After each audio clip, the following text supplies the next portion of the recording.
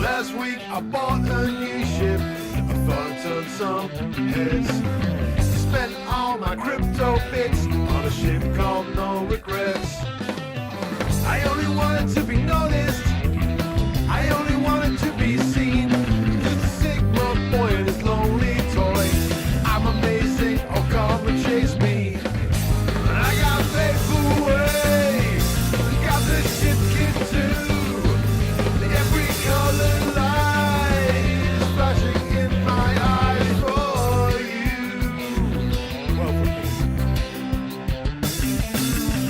Got every skin helmet now. Got every dumb paint job. If I can fall my dad's now, baby, I really look Sigma Sigma. I only wanted to be noticed. I only wanted to be seen. Just a Sigma boy and his lonely toy. And I'm amazing, oh come and chase me. I got faith away. Got this shit kid too. Every color light is flashing in my eyes. And I got faith away. Got this shit kid too. Every color light is flashing in my eyes for you.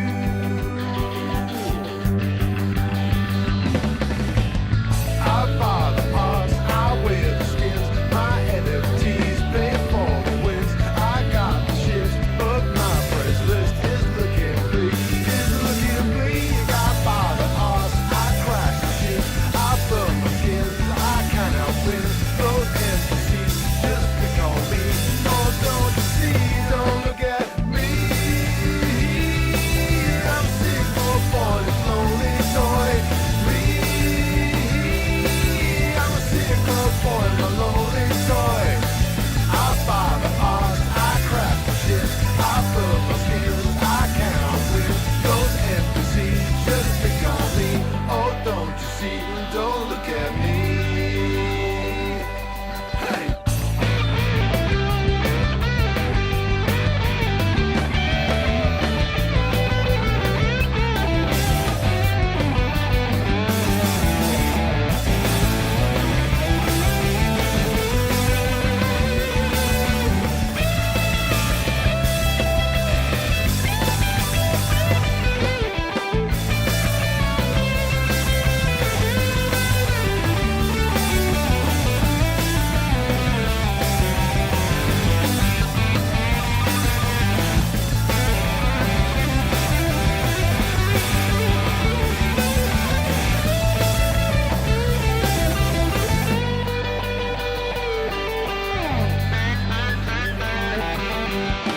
I buy the parts, I wear the skins, my NFTs pay for the wins. I got the shit, but my price list is looking bleak. It's looking bleak. I buy the arts, I crash the shit, I burn my skins, I cannot win. Those NPCs just pick on me. Oh, don't you see? Don't look at me.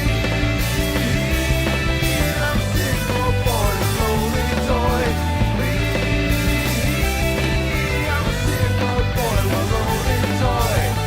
I buy the art, I craft the shit, I burn my skins, I cannot win. Those NPCs just pick on me. Oh, don't you see? Don't look at me. I'm Sigma, Sigma boy.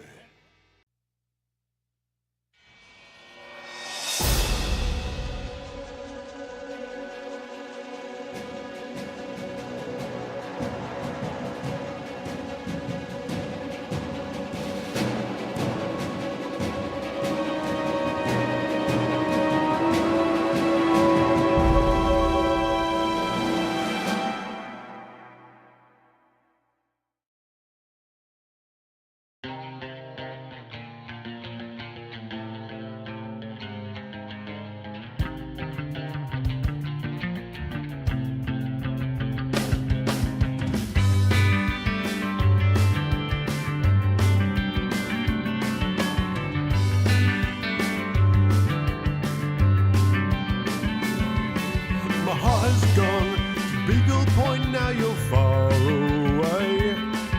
It's prison ship feels more like home now, I can't be near you. I miss your light and the warmth you gave me in all my darkness. I never meant to lead astray, I didn't know I had no way to pay. I should have seen the signs. Got so lost in wanting you all the time, and then I broke the golden rule. Had to rebuy, what a fool, what a fool. 'Cause I've fallen in love with you now. Yeah, I've fallen in love with you now. Having fun, hauling steel to a brand new system. You held my hand as we made each jump, such a perfect pair. I miss your light and the warmth you gave me in all my darkness. I never meant to lead astray, I didn't know I had no way to pay. I didn't see the signs. I tried to overcharge your drives. I found a white dwarf, not a blue. The loss is spiraling and boom.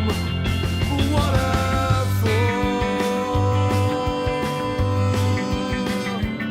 Yeah, I'm falling in love with you now. When I think of you, there's a white dwarf in me. But when I dream of you, you just fade away. And always have rebuy, and now she's gone forever. And never break that rule, now you'll live life like a fool.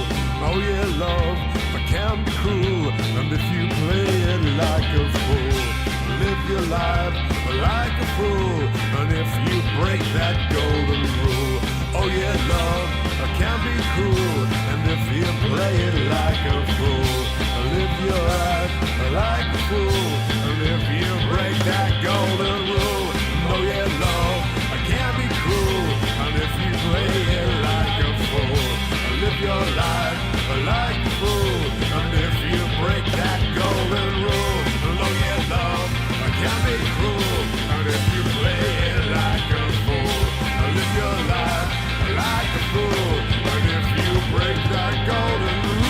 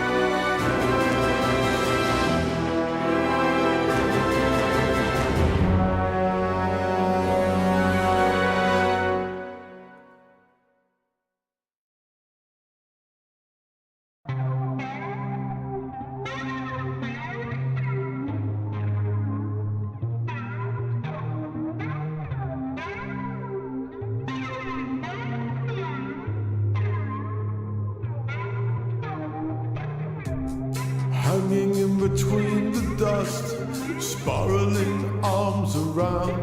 me. 8 legs and how many eyes? I see a spider in caustic disguise. She whispers that she wants to keep me safe within her, to keep me from the dangers of my race within her.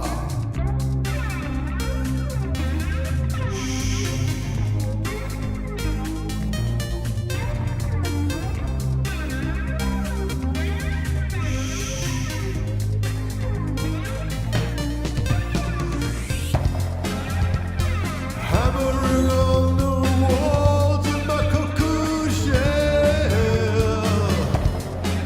Oh, was this heaven, or maybe now I'm stuck in hell? Or is there something changing deep inside my core? I hear a borrowing sound. Someone set me free. Enemy within me, enemy within you,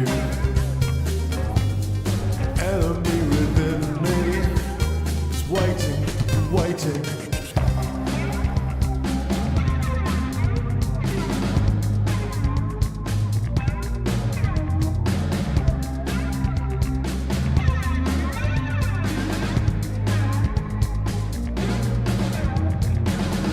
I'm rising out, Olympus buds so close to me.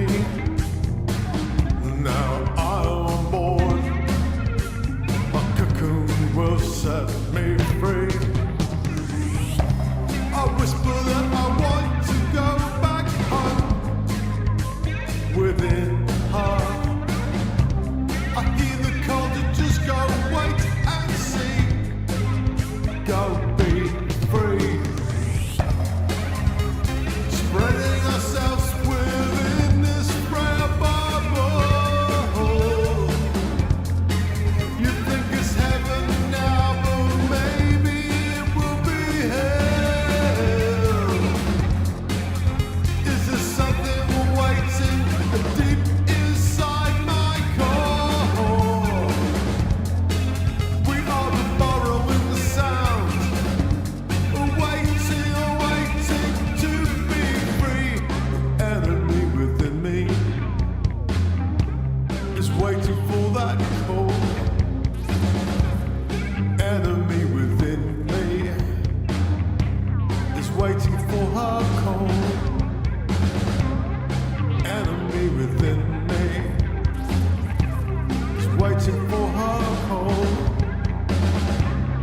Enemy within me is waiting, waiting, waiting, waiting for her call.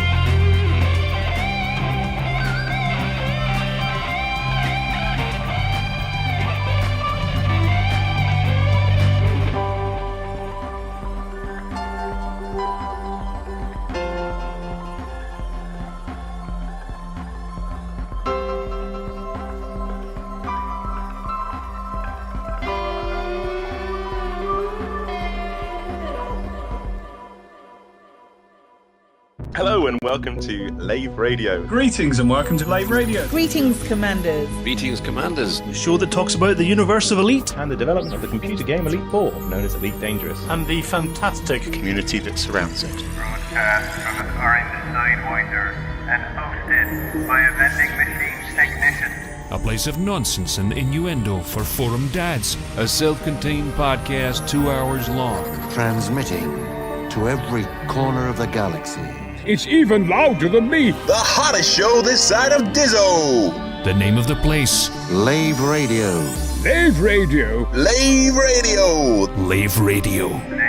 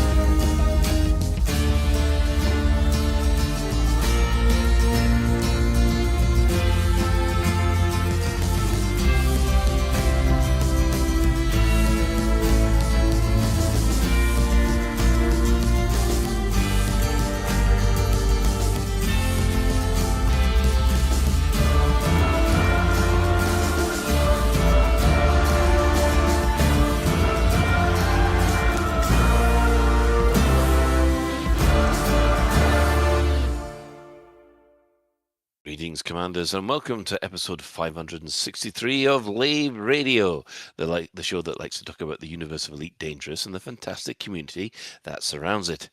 I'm your host, Commander Phoenix of Fire, otherwise known as Colin Ford, Chief Archivist of Lave Station, and joining me in the already sidewinded bar, we have our usual amount of reprobates. That would be our SRV Banksy, that would be Commander Alec Turner. Hello all, it's good to be back. Excellent. We have our Head of Health and Safety, that would be Commander Edelweiss, otherwise known as Best Moss Woodward. I'm not convinced I believe Alec. What? It sounded like, yeah, fucking hell, it's good to be back. No, I was trying to be... Yeah, it really is. I I'm was trying- delighted to be here. I was trying to come across all sort of like soppy, but it sounded more like Jack D. It sounded more like Marvin the android, Marvin the paranoid android, to be honest, Alex. Oh, life. I think you ought to know I'm feeling very depressed. I did mean it. Alec is Marvin. Yeah. So we also have our staff liaison officer. That would be Commander Psychit, otherwise known as Claire. Hello. Hello. Sounding a lot That's how more you like... sound pleased to be here. Hey, you know what? I've genuinely actually been looking forward to this, and I don't know why. I've just been looking forward to chatting to you fuckers again. Whoa, what a wild time. Let's start 2026 off with a bang. So basically, we've got Alec, who's being Marvin the paranoid android, and we've got Psychit being Eddie the shipboard computer or a door on the Heart of Gold. So, Like the toast. okay, then Ben can be Talkie Toaster, so we're going to kill him. Right? Put him in the recycler and fire him out. So if you wish, you can join us live. We are hanging out in game in open. We have Apathis standing, looking at the table, not wistfully out at the scene outside at Lave Station. Ben is doing Ben stuff. I think he's doing deliveries, but you can join him as well. But if you cannot get to us in game, you can always join the Twitch chat channel, which you can access through laveradio.com/live. So click in the live chat, and or go straight to twitch.tv/laveradio, or look us up on YouTube. So with that, Happy New Year, everybody. Welcome to 3312. Jesus. I know. So, yeah, I'll start with you, Psychit.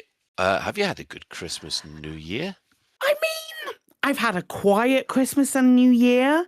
Stuff that happened last year is still ongoing, and with that in mind, a New Year that was New Year was brilliant. I had a lovely New Year. New Year we did our little thing where we all get together and play some Jackbox games in Discord, and didn't go out and didn't do those kind of things. But there were sort of like 8 of us or so who got together and played some Jackbox games, which was really just chill and lovely. And I had a 2-day hangover on the back of it because I drank the best part of half of a bottle of Southern Comfort, and I haven't had a drink of Southern Comfort for a while, and that used to be my tipple of choice. And I literally lost the next couple of days. We've all been a bit lurgy filled as well, because I don't know if my sister mentioned it at all in the last year, but right before Christmas she went over to the Caribbean for a week, and spending 7.5 hours in a metal tube flying across insert name of ocean here, she came back with full lurgy and real bad, and brought it to my house and went, "Here you go, Claire." So Chris and I have been pretty sort of like bunged up. Our Christmas and New Year and like all of our time off has been mostly sitting in Uddies in front of the sofa watching things like No Rolls Barred, Play Blood on the Clock Tower. I've been watching an awful lot of that, and me just like having little ruminations and plans for things that we or I or Lave Radio also can do for this year, and working on stuff like that, which I haven't mentioned to any of you yet. But it's going to be fun when I finally do bring it up, I'm sure. And yeah, so all in all, decent, not the best, but we're still here, and 2025 can get in the fucking bin and go out to sea. We're now in 2026, and it's going to be bloody awesome. Excellent. Right. We will move on to Ben. How was your break? My Hogmanay has been brilliant. And yeah, had really good Christmas period. Went to see lots of films with the kids. Then at New Year, I went up to Aberdeen to be with my sister, and had a great time there. And then I was lucky to escape Aberdeen because of the snow that's come into the area. So that was the thing. The good news about that, though, is I think it's meant I've got a free train ticket from Aberdeen to Doncaster now. Oh, okay, fair enough then. Yeah, so yeah, take the win. Yeah, I guess so. Right. Any gaming? I played Cards Against Humanity in the bar at Hogmanay. Does that count? That'll do. Ben and I have both been playing quite a lot of The Last Starship as well. I played The Last Starship before Hogmanay, before New Year, sorry. No, yeah, Christmas. We've both been playing quite a bit of that because I've seen him playing it. Yeah, so I was playing that before Christmas, and for Christmas I got Expedition 33 and Jurassic World Evolution 3. Nice. So, and Ark Raiders. So I've got lots of things lined up. I just need to try and get them done. Oh yeah, same man. What a time! What a time! Yeah. All these games and not enough time to play them. I know, it's a hard life, isn't it? What was that? Sorry, Alec? I've heard of all of those. Nice. You've heard of all of them. Yeah. Okay, Alec, trying to keep things light, trying to keep things happy. Yeah, I tried really hard. I've had a mixed Christmas. Yeah. What I'm gonna do so I don't drop Colin in it and leave it awkward is I'm gonna start with the bad news and then we'll get to the good. So the bad news was that my stepmom passed away on New Year's Eve. So New Year's Eve was not the best. And I've been running around dealing with that and going to the house and trying to deal with registering things, and yeah, so that's the worst news. Yes, that's not the best at all. Yet the last couple of days have also been interesting. I went back to work yesterday. Walked into the office. It's just me back in the office. Walked into the office, turned the lights on, turned my computer on. Started to respond to my first email, and the entire building had a power cut. Everything went, heating, lights, the lot. So I sat in the dark with the temperature plummeting like something out of John Carpenter's The Thing, and then eventually left and went and sat in some Pret a Manger for a while. Went back to the office. The power was back on, and then I spent most of the day trying to get all our servers back up because it's not something we've done for a very long time. And it turns out there were all sorts of problems. Anyway, this morning, so that was all good. Went home. This morning, I get into the office. Exactly the same thing happened. I mean, it was ridiculous. I sat down, I switched my computer on, I started responding to emails from yesterday, and then the entire building went out. So I went to a cafe and had a coffee, and then I came back to the office and the power was back on again. So I started getting all the servers up, and then the power went again, at which point I went to the pub. And haven't done much else today. I was going to stay in the pub all day and do Lave Radio from there because they had a log Should have done. fire and beer but anyway. No, it's not my computer. The suspicion is that somebody has brought an electric heater into the building, and they get in at 10 o'clock and switch it on and blow everything. I don't know. Anyway, so that's been fun. So that was that's all the shitty stuff. Christmas was great. I went down to Dorset for Christmas. We went to a place called Cotahelly, who have the UK's biggest garland, I think. I was expecting not to be impressed, but it was fucking stunning. It's like in a massive old barn, I suppose, and it's made up of like 50,000 dried flowers or something. It's quite incredible. So that was lovely. Christmas morning, I did my dance K-pop Demon Hunters dance workshop, which was a fucking brilliant way to start Christmas. Highly recommend it. It was hilarious. It was about a dozen 8-year-olds, 2 grannies, another dad who refused to join in, me and my wife and my son, and it was great fun. Did yoga on Boxing Day, which was also hilarious. Also, went to watch the protesters shout at the fox hunters in Tavistock, which has become an annual tradition, which is also quite funny. And then what else have I done? I've been playing some VR. I bought myself Kayak Mirage VR, which is it's just a kayaking game actually, but it's really good for VR. You sit in your chair and you sort of waggle your arms around like you're holding an oar. And it's beautiful. The water and the scenery is just stunning, and you can go kayaking in the Arctic and in the jungle, and there are rapids, and it's beautiful. Yeah, but then again, someone comes down and goes, "What are you doing?" And then complains that I'd rather come down and discover you doing hardcore porn than actually. Yeah, it does. Yeah, it doesn't look great. It's also exhausting. I mean, after about 15 minutes, I did kind of wish it had an outboard motor. That's probably a terrible thing to say, but it's really quite hard work kayaking. But anyway, and then I've actually been in game. I've been out at the Distant Worlds 3 launch site for the last week, building some SRV time trials out there. But we'll come on to that in a bit, I think. So yeah, that's my mixed Christmas. On a more positive note, when I just said the phrase "hardcore porn," my daughter's head just turned around the corner and just looking at me like, "What are you doing, Daddy? Dad?" Why are you crying? Hey, Colin, how's your Christmas been? My Christmas has been quiet actually because the family kind of split up because we've got my brother-in-law was on call, so half the family went down to go and see him. My son decided, well, if everybody's not going to be here, he's going to go over to Ireland to visit his girlfriend, who's now turned up back here. And yes, so we've just had a very, very quiet Christmas, and did go to see the Tina Turner musical in Manchester, which was awesome.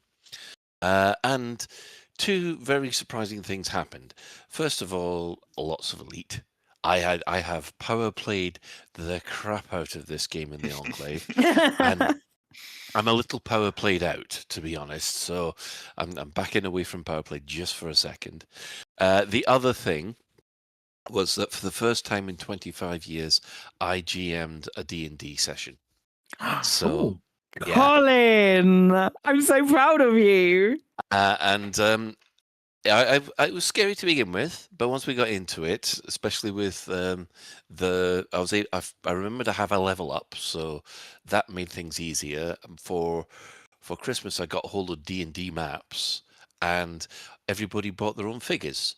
So it made things a lot easier than have to scramble out loads of maps and drawings and things like that. So, yeah. And when I said a blue dragon turned up just to scare people, my daughter ran upstairs and got one of those fairy dragon statuettes that she's got in her room that you buy from crystal shops for about 120 quid. I just plopped that down on the map and it just looked absolutely perfect. So, yes. And we've five late teenagers and young people all listening to a 55-year-old person telling them what to do, which was weird. Yes. So none of them. What's weird would be if they actually listened to you and did it. They do. They do. And they do when you're the DM. They genuinely do. It's so much fun. Yeah, especially when a blue dragon turns up and you manage to show its breath weapon in action by putting a whole load of 8-level NPCs in front of it and then watching them all fry in electricity and fall over. Amazing. I'm so excited for you. So effectively, they had the D&D equivalent of an evacuation. Yes. So, but we like I said, apart from that, lots of elite, lots of exploring with the Caspian, lots of power playing, and yeah, I will when we get to the power play section, I'll talk about it then. But moving on from there, development news. What have the devs said this week? Well, it might not technically qualify, but there was a lovely article by Charlie Hall. Everyone remember him? Yep. Well, yes. He had a wee chat with executive producer Gotti. Well, there's Curtis Griffiths, and I am so sorry for this. Gautier Vaquer.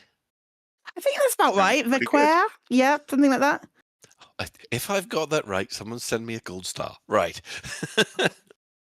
We've put a link in it in the show notes for this. It was nice to see Charlie actually covering Elite again, to be honest. There was some highlights. The Shoulder of Orion expedition got a shout out for colonizing as they explored in the best of British traditions. Yes. And they went into some details about operations, which I was quite surprised about. It'll feature raid-like instance events that will be accessed from virtually any inhabitable location where you can dock your starship. The concept was if you only had 30 minutes to play Elite, you could log in and do something. This sounds to me like the CQCQ. Well, they said anyway you dock your ship. Yeah. It sounds Which better. makes me hopeful. You know, my fear was that it would be like a CQC menu. So the thing about virtually any inhabited location suggests that maybe you go to a concourse and yeah, that's what I'm thinking. I hope so. You know, a bit like what's it called, where you get your Apex or something like that. Yeah, no, the other one. Front. Yeah, the other one. Yeah, Frontline Solutions. That's it. Bit like that. I'm thinking. We haven't talked about Elite for a while. You can tell. The rusty. Apparently couldn't lose screws we don't talk about rightly, but never mind. That's not going to wind me up at all. You don't talk about what? What? Oh, I'll explain later. Right. The person who said this will know. It also says operations will involve spaceships, SRV, and on-foot weapons. However, the true combined arms gameplay is proving difficult due to the difference in scale between SRV commanders and ships. Now, this is true because it's always bugged people that you can punch an anaconda to death. Yeah. So, but equally, like a ship's gun should just obliterate any humans in pretty short shrift. So it is. I can imagine it's difficult. Yeah. So balancing this out is going to be interesting. It'll be. It's been one of those little bugbears of mine ever since Odyssey came out that I thought that's not right, but I'm going to have to let it go. It's also it'll wind me up. It's also, I think they touch on with regard to that specifically. There's a touch on like just talking about the size of ships as well, not being something that is readily computable for a lot of people. And I think again, this is another a topic around sort of like fighting in ship interiors, and that old chestnut. Like you like computing the size of if you hover an anaconda over some of the smaller settlements, they cast a shadow on the entire settlement. So it is a really difficult thing to do. I don't envy them that. No, it. Just thinking just about how the hard can it damage. be? Yeah. I was taking Star Citizen 13 years, but yeah, anyway, I'm just thinking about the damage for it. And it's like, yeah, have you, was it Traveler or something like that had, like, let's say it had damage and micro damage. And basically, you do one thing of damage and that's instant gib. But no matter how much micro damage you do, you're just not touching it. And that was in some RPG that I used to play back in the day. That sounds like Traveller 2030 to me. It might be Traveller, that. because the original, and I'm quite sure Pete, if he's listening to this, will say, no, Traveller's just D6. You don't have to worry about anything too big. But, oh God, I'm showing my age here. I don't know how many versions of the Traveller RPG there's been, but, you know. Anyway, but you get the idea. It's like, you know, no matter how many times you punch a ship, you ain't going to hurt it. Yeah, you shouldn't be able to punch it to death. I don't and know equally, if you still can, you know, can even you? if you shoot somebody with a I size don't know if 1 you still can. I think this beam is laser, old that news. person's dead. Yeah. I mean, I Hey think, Ben, for science, can you go and punch an anaconda and see if you kill it? I can punch a Just for me Caspian and when I get there. Okay. Okay. cool. Spend the rest of the show punching an anaconda or a Caspian and see what happens. Oh I'm dear. gonna try and land on some high grav planet. Apparently, No, it it's going does to be sound. interesting in the Caspian because it's the steep glide angles. Oh, it might be a different hull. We'll have to do. You'll have to test it this week. You'll test by punching the Caspian. Next week you'll test by punching the anaconda. There you go. Why don't you just punch a sidewinder? It'll be easier. Punch an adder for you. Oh yes, please. No. Now it does seem that the focus will be that megaships will be the key areas for operations, and for the first time, you'll be able to explore their interior. As of December, the team was testing operations inside megaships, and the feedback was, in quotes, exceptional. Okay. Yeah. I'm going to take that as exceptionally good, not exceptionally bad. Can you imagine? I think they were excited. I think they felt like it was coming together. Yeah. I feel like they've been excited about things in the past as we came up with this. Yeah. I mean, one of the examples is that there is no gravity on a mothership, or a megaship rather. So when you throw a grenade, it doesn't bounce. It just keeps on going as Newton told us it would. Yes. Well, that's what they're saying. Yeah. Yep. Which is pretty cool. So that means it'll probably be on a timer or a proximity. I should interject at this point that the AI generated article, which is also doing the rounds, has clearly ripped this off, and which goes on about EVA. I would like to stress that Frontier and this article from Charlie Hall have not mentioned EVA at all. No. This thing about the grenade not bouncing is all we've got. So yeah, EVA yet to be confirmed or denied, but yeah, because this EVA is definitely not going to happen. No, well, not at the moment anyway. We never know. Right, and the final thing was that rewards are part of it as well. Hopefully, the rewards are going to be connected to some pre-existing systems in game. We just don't want to separate we just don't want sort of separate thread there. It needs to work with the systems we already have in place in game, and we want to look at a specific thing that you can get through operations that maybe you cannot get anywhere else. Right. Okay. That loot tables. I'm really hoping. I'm really hoping that means loot tables, but specific loot for operations. That's my hope. I would really like an approval of that. So after reading this article, has everybody? I know we're all a bit hyped for operations anyway, but has it added to the hype? I really liked I really liked learning something new in January. because I think there were a couple of bits there that I, for one, certainly hadn't heard anything else. It wasn't like Frontier regurgitating information or Charlie just sort of like picking bits and pieces from where he was. There was definitely some bits that were new. The zero gravity thing, absolutely. The way we join it. The again, a focus on on time poor commanders, so expediting an experience so that people who only have half an hour to play can still engage with this content, I think is incredibly important in this day and age, and I'm so glad that this is something that Frontier is recognizing. A lot of people are in that position now, as opposed to where we were in 2020. Can't think why. Yeah, I like it. I like the mention of SRVs. Yeah, I thought you might. I did. I mean, obviously they're going to start off with mega ships, and they did hint that they will be moving it away to other parts of the game, though. It's not just going to be a mega ship. Yeah, no, it's not just going to be mega ships. Sure. It was combat and mining. They said they were starting with, wasn't it? In that, in their November video, it said we've got combat and mining. That's where things are going to focus. But there's no reason why it wouldn't switch to some other angle as well. I'm really excited about it. This makes me more excited and makes me think that they are looking at other things, other areas that do it really well and do this like 4-player.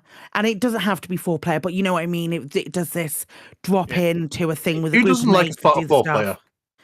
But you know what I mean, like a Helldivers, like a Destiny, like a Jump Space, like other games are included in. I could list multiple games which are doing this. Yeah, other games are available. Yeah. Yeah, it's really cool. I'm hyped. Also, do you know, it takes me back to, I guess it was like Odyssey times, the bit before, not the bad bit afterwards, when I think they did do these sort of press interviews, and so there was a few articles back then where you got little extra nuggets from some of the press interviews. I quite like that. I think it's quite fun. But in this day and age, AI scrapes it and gives you false information. Other people are like, "Oh, we're going to get EVA, aren't we?" Yeah, it gets people excited for all the wrong reasons. Yeah, exactly. Then they believe the AI and not the actual genuine article. The AI doesn't want to make you sad. Little PSA, if you see an article on a website, look at the website that you're looking at the article at. If that website is concentrating on NFT production and selling NFTs, it's likely that they're also getting into other quick strategies. If you're still not 100% certain, and you maybe click on the author, if that author has done 20 articles in the past 24 hours, maybe think that they might be putting stuff through AI and getting them to regurgitate it for them. Please use critical thinking when you look at that kind of thing. I will say it. I've been asked to write for a magazine. I've done nothing yet. I got asked in November. I've done no articles yet because it's taking me that long to think of something to write. So don't be critical and be objective when you see this information now. Yeah, pretty much. Right. Just as one final positive thing, for those of you who are at ECM, Arthur got his chieftain. Yay! Yeah, he posted it. It was apparently I sent it off in September, and he finally got it just before Christmas. So yay! You got a round the world trip or something? Apparently so. But he got it. So yeah. Right. I will now hand over to Alec for the community news. And now to the community coroner.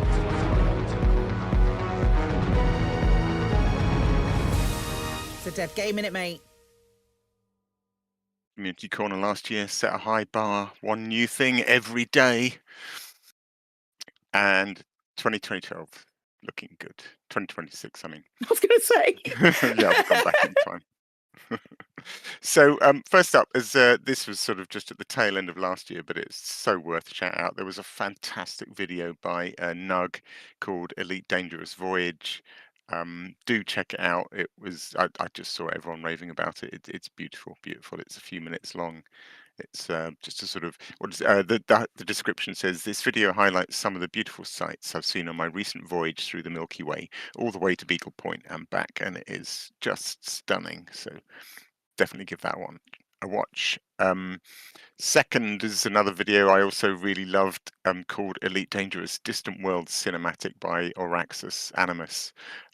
It's really cool. It's kind of like a sort of Caspian trailer, but it's completely based on the opening kind of thing to Star Trek. So it's got a reworking of the to explore Strange New Worlds thing, and it's kind of got, instead of the credits of the cast, which the original show obviously had over that sequence, it's got the credits of all the people that are involved in making Elite Dangerous. So it's super cool. I love it. It's quite funny in the description. It says a video in the style of a popular space-themed TV series that showcases both the New Caspian as well as paying tribute to the visionary David Braben and the Extraordinary Frontier Development Team. What's slightly odd is it goes on to say, this video is not associated with nor represents any community expedition sharing the same name. So although it's called Distant Worlds, it's got flap all to do with Distant Worlds. Confused? You will be, but it's really good. Then next up, we've got a couple of new videos by Loot and Grind. I really like Loot and Grind videos. These ones have thrown me slightly because I always assumed that his voice in the videos from last year was his voice, but I'm now starting to question that because his voice has changed completely. If you're listening to this Loot and Grind and you've decided to use an AI generated voice, and that was your actual voice last year, I much preferred your actual voice, but anyway, there we go. There are two videos. There's one called We Need to Talk About the New Ships, which says, I love the new ships, but also miss flying the old ships. We need to fix this. He's got some good suggestions. It's a really nice, I don't really like the need in the description when people say things like, we need to fix this, but it doesn't come across like that. It's a cool video, and it has some good points about the new and old ships, which I am hearing from various corners. And then the second video Loot and Grind produced was called Elite is Empty, and That's a Good Thing. And it's beautiful. I love some of the sentiments expressed in this video about how quite a lot of the enjoyment of Elite comes from the quiet times and how it can be quite a slow game, and then a lot of action happens very suddenly, and a lot of the enjoyment of Elite is in preparation and the build up and the kind of quiet moments where you think what you're about to do or what you've done, and it's good. I really like it. I really like the words on that one. Next up, I have to shout out Galnet News Digest Review of the Year 3311. It's always a spanking good listen and or watch, depending on where you get it. So it's Pete and Jude's sort of take of the whole of last year. The summary says, with the Thargoids gone, the powers re-established their territories. Colonization fever took over, and we finally got squadron carriers, as well as 4 new flyable ships with revolutionary capabilities. And following in the footsteps of Terry Tora, we discovered a unique plant that's apparently worth fighting over.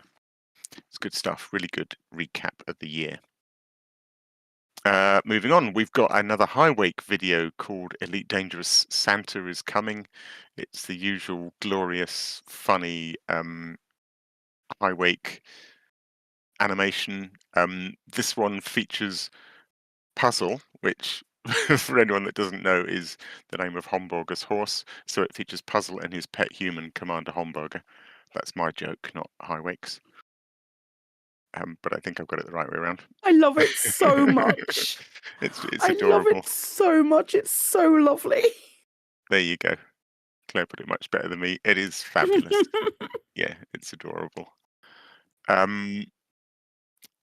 Only spotted this one today. It's a Reddit thread. I don't often shout out Reddit threads, but it's worth a read because it's really cool. It's called Flew My SRV to Another Planet, was the title, by Savage Samurai. Not the first to do this, but I have read, but there's not been many, and this is a good one. So yeah, basically trying to get his SRV off one planet and land it on a neighboring planet. Not something I've ever done. I know a few people have. Disemboweled Ego was the guy that did it to get to the Proteus launch site before Frontier slapped some more permits to stop him.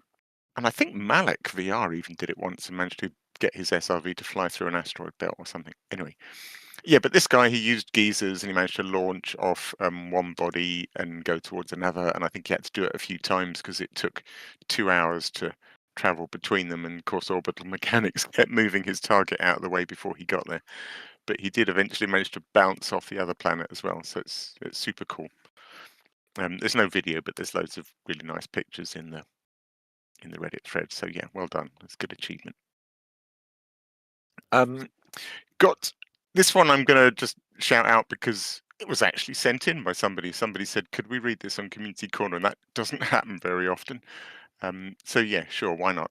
It's basically just a link to an issue on the issue on the issue tracker, the Frontier issue tracker. Basically along the lines of Antal petitions to ban slaves is kind of the sort of amusing take on it. But yeah, basically Antal was the other power play leader who originally in Power Play 1 had a whole load of things they would not trade in, slaves and a whole bunch of illegal goods. And it turns out that's not currently true in Odyssey. So it's an issue tracker to restore some of the law of Antal that and some of the things that should be illegal in his systems and currently aren't, which I thought was quite interesting. Right, last couple of issues, just some stuff about Distant Worlds 3, which is now fast approaching, what are we talking, like 10 days, 12 days, something like that. Anyway, so yes, I've been out, sort of semi-officially sanctioned, but I've sort of been, I'm not going on the expedition, but I did sort of say I could knock up some time trials for the guys, and so I've done that. So there's there's a launch system where the expedition is actually going to take off from, and they've built their large tier 3 planetary base, which is called the Distant Worlds 3. I've blanked on its name, which is annoying. The Distant Worlds 3 headquarters. So I've got a couple of time trials there. I've got an off-road one where you go bombing across a crater in your SRV, round a mountain and come back again. And I've got one where you race round and round the streets of the headquarters. And those are now live in ED Copilot. And I've also released videos for those. Basically, it's something to do. So it's quite a trek out to the star system. It's a good 1,000 light years or more, so it takes you a good 20-25 jumps.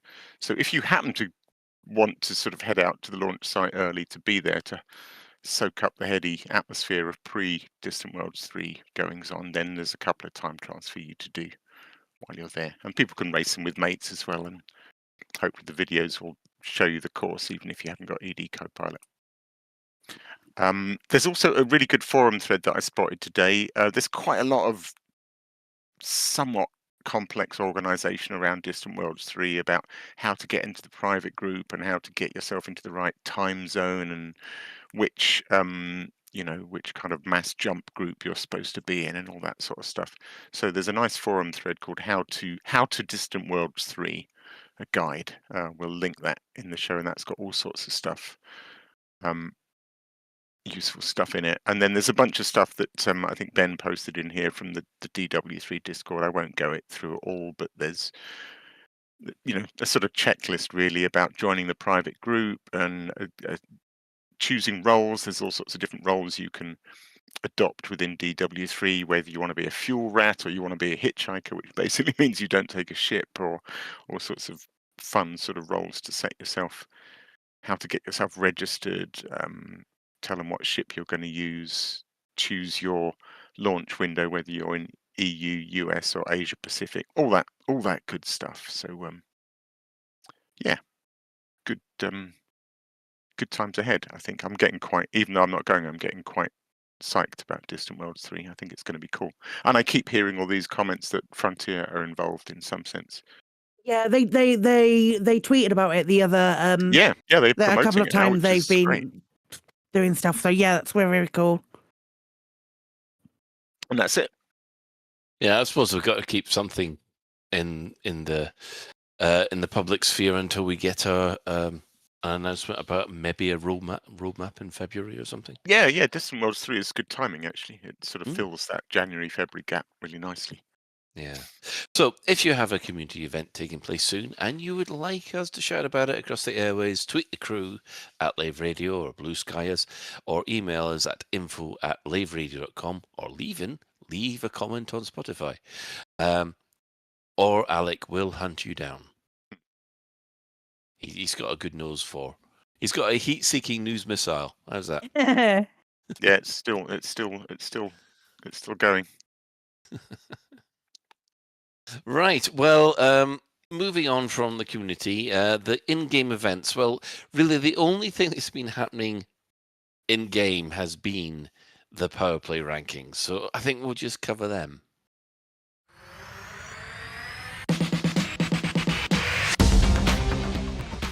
Still remaining in 12th place, we've got Senator Petraeus having lost 16 systems over Christmas, down to 647. Torval remains in 11th, but she gains a single system, taking her total up to 732. In 10th, we have Delaney having lost another 16 systems. His total drops to 754. However, President Winters gains 23 systems, and she's up to 920. In 8th, we have Antal. He's gained 21 systems, up to 1,122. And in 7, we've got Kane, having gained 30 systems, and her total goes up to 1,174. 6th, we have Archer, having gained 23 systems, bringing his total up to 1,185. And in 5th, we have Grom, gaining yet a large amount, 19, bringing his total up to 1,349. 4th, we've got Li Yongrui. He's gained 29 systems, bringing his total up to 1,499. And in 3rd place, we have the Emperor Orisa, having lost a system over Christmas, and her total has dropped to 1,738. In 2nd, Mahan has gained 14 systems, taking his total up to 1,837, but still out in the lead, having gained 12 systems. In your number 1 place, we have Princess Blue Bathwater herself, Aisling Duval, with a total of 2,242 systems. And that's your Power Play rankings this week. So just to clarify, Kane made the most. Yeah, that's because I didn't do anything. Good to know. And Colin did all that work, did so much power play over Christmas, lost his system. Yeah, well, I was playing one commander with Mahan and one with Orisa. Now, in the little enclave, things are actually a little bit more different than the standard player rankings. Delaney just got kicked out, and I do believe it's Aisling, Mahan, who's just holding on with one system, Emperor Orisa, Li Yongru, Kane, and Grom.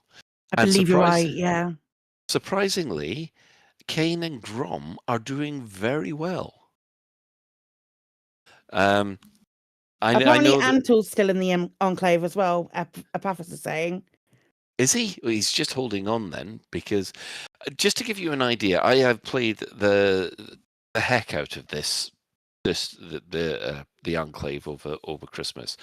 At one point, I had 50,000 merits for the Emperor, and that put me in 439th place in amongst all the Emperor players. However, I also ran for Mahan. I only gained something like 12,000 merits for him, yet that put me in 149th. So it kind of shows that I'm a bit surprised that the Emperor is not catching Mahan up, because she seems to have a lot more players. Right. So can I give you the actual sort of figures with the enclave, just because I have them from the Kane Discord. This was on the 2nd of January. So Aisling has 9 systems, 1 stronghold, 2 fortified. Antal has 8 systems, 1 stronghold, 4 fortified. Kane has 8 systems, 1 stronghold, 1 fortified, which is the same as Orisa, who has 8 systems, 1 stronghold, 1 fortified. Then Grom with 7 systems, 1 stronghold, 2 fortified. Betrayus has 2 systems, 1 fortified. And Marn has 1 system and 1 fortified. So Archer, Torval, Winters, and Lee, Young, Rui are out, and Elaine was eliminated on the 1st of January. So Antel's fine. So it's Antel, not Lee Young Rui, that's still in there. Gotcha. Right. That's my fault. That's okay. I had the numbers in front of me. I thought I'd share them. Yeah, better to clarify. Yes. Yeah. So, I should get involved. It sounds like Antel's doing all right. He is doing all right. It's cool to hear, actually. I know that amongst all the discords, there's kind of an agreement that there are a couple of powers that won't attack each other, but that's only applies to people who are using the discords. Everybody else is just a free for all. Yeah. So yeah, you can't. Yeah. So actually, I think after I've finished doing a lot of colonization work, I will go back to this, but I got a sneaking suspicion my character who flew from Mohan won't be needed. Because, yeah, I think he's next on the list, to be honest. Okay, quick time of the week again, I guess. Store alert!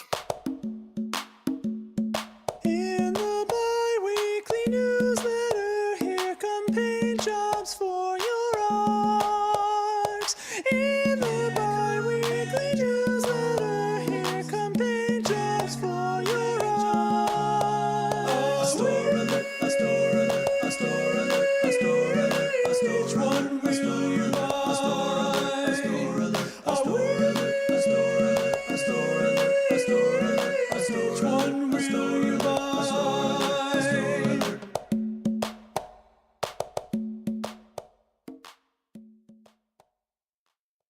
You've got a time limit. You have 2 days or 1.5 days left. Because on January the 8th, we lose all the freebies that we got given over Christmas. So, well, you haven't claimed them. If you haven't claimed them, you'll lose them. So get there and get your sand-covered Python Mark II as soon as possible. Pitchforks down, everyone. They're not going to take them away from you. Yeah. Backtrack. Once you've claimed them, you've got them. Don't worry. Yes, so there's also a lot of goodies on sale at the moment, which I suspect will go missing on the January the 8th as well. So, yeah, there's a lot of cut price stuff there. I hope you enjoy. So, with that, we will quickly go to an ad break.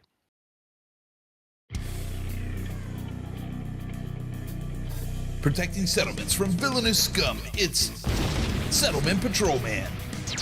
The action figure every child wants. Wearing the all-new Manticore Dominator suit with light-up jump assist thrusters. Press his backpack to hear Settlement Patrolman speak. Not seen you around here before, Commander. Is that a Karma P15 in your pocket, or are you just pleased to see me? Hey, don't point that at me.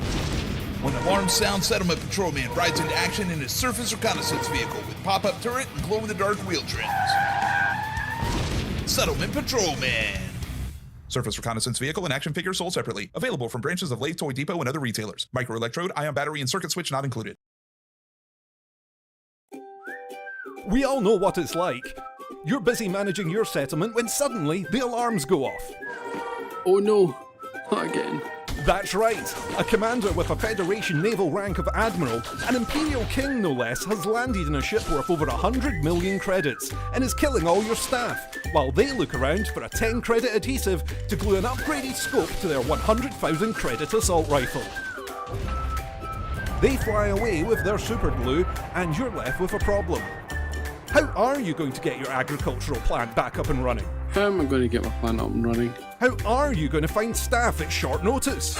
How am I going to find staff at short notice? How are you going to deal with all those bodies? There's bodies everywhere, and they've stained the carpet. Wonder no longer. call Aries Crime Scene Cleanup Services. Hello, I'm Harry, from Harry's Mine. After a sudden increase in robberies and murders by commanders since 3307, I've gained valuable expertise in cleaning up bodies, recruiting new staff and restocking stationary lockers. Now you can benefit from my experience by signing up to our Crime Scene Cleanup Service subscription plan. That's right. For only a small monthly fee, when your settlement alarms are activated, our rapid response cleanup crew will be dispatched, along with our patented Cadaver Scoop 150. The Cadaver Scoop 150 can be mounted to surface reconnaissance vehicles and skimmers to make tidying up your settlement a breeze. Wow, the bodies are gone. Our recruitment team has potential new employees on standby across the galaxy, ready to fill your vacant roles in security, logistics, administration, processing, and more. My plant's operational again. Thanks, Aries Crime Scenes Cleanup Services. Aries Crime Scene Cleanup Services. We'll have your settlement as good as new before the next ship arrives. Cadaver Scoop 150 disposal bags sold separately. Before I also went off and died. Tasty, tasty cannibalism. I'll be the least likely to die. He died first. Yeah, I've never before discovered plants. We here at the Lavian Centre of Dubious Science have had enough of those idiotic numbskulls polluting your airwaves with nonsensical utterations, mindless articulations, and downright vacuousness. Our premier linguistic experts, psychologists, and scientists have collaborated for years to find the perfect antidote for such silliness, and are proud to present Professor Pebcap's Miracle Elixir. Our closely guarded recipe is designed to target the sensibility triggers nestled within the frontal lobe of the cerebrum and gently caress the cerebellum, meaning that clumsiness, terrible decision-making, lewd comments, and rare but fun rants are a thing of the past. Place one drop under the tongue when you wake up and one just before sleep, and settle into an elevated state of practicality that's more suited to the responsible commander. Professor Pebcap's Miracle Elixir. We've not tested it yet, but we're sure it'll do the job just fine. And welcome back after that dissing by Galnet News. Thank you for that. Honestly, it was me. I can only work with what we give ourselves. That says I so missed much. that one. I love that one. I love that one so much. I've missed it. Thanks for playing that. That was cool. Anyway, right. The main discussion time. Well, new year, same old discussion. We do this every year, every single time. So, 2026 or 3312 predictions. What do you think? Well, we all know that we're going to get operations. Yes. The thing was that operations was really supposed to be last year's end feature, just like colonization was supposed to be 2024's end feature. So, bear that in mind.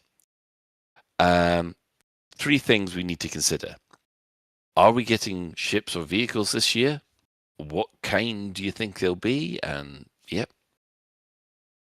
Then we have big picture things. Now, every year there seems to do an announcement of one minor thing or one existing feature that they're updating and something brand new.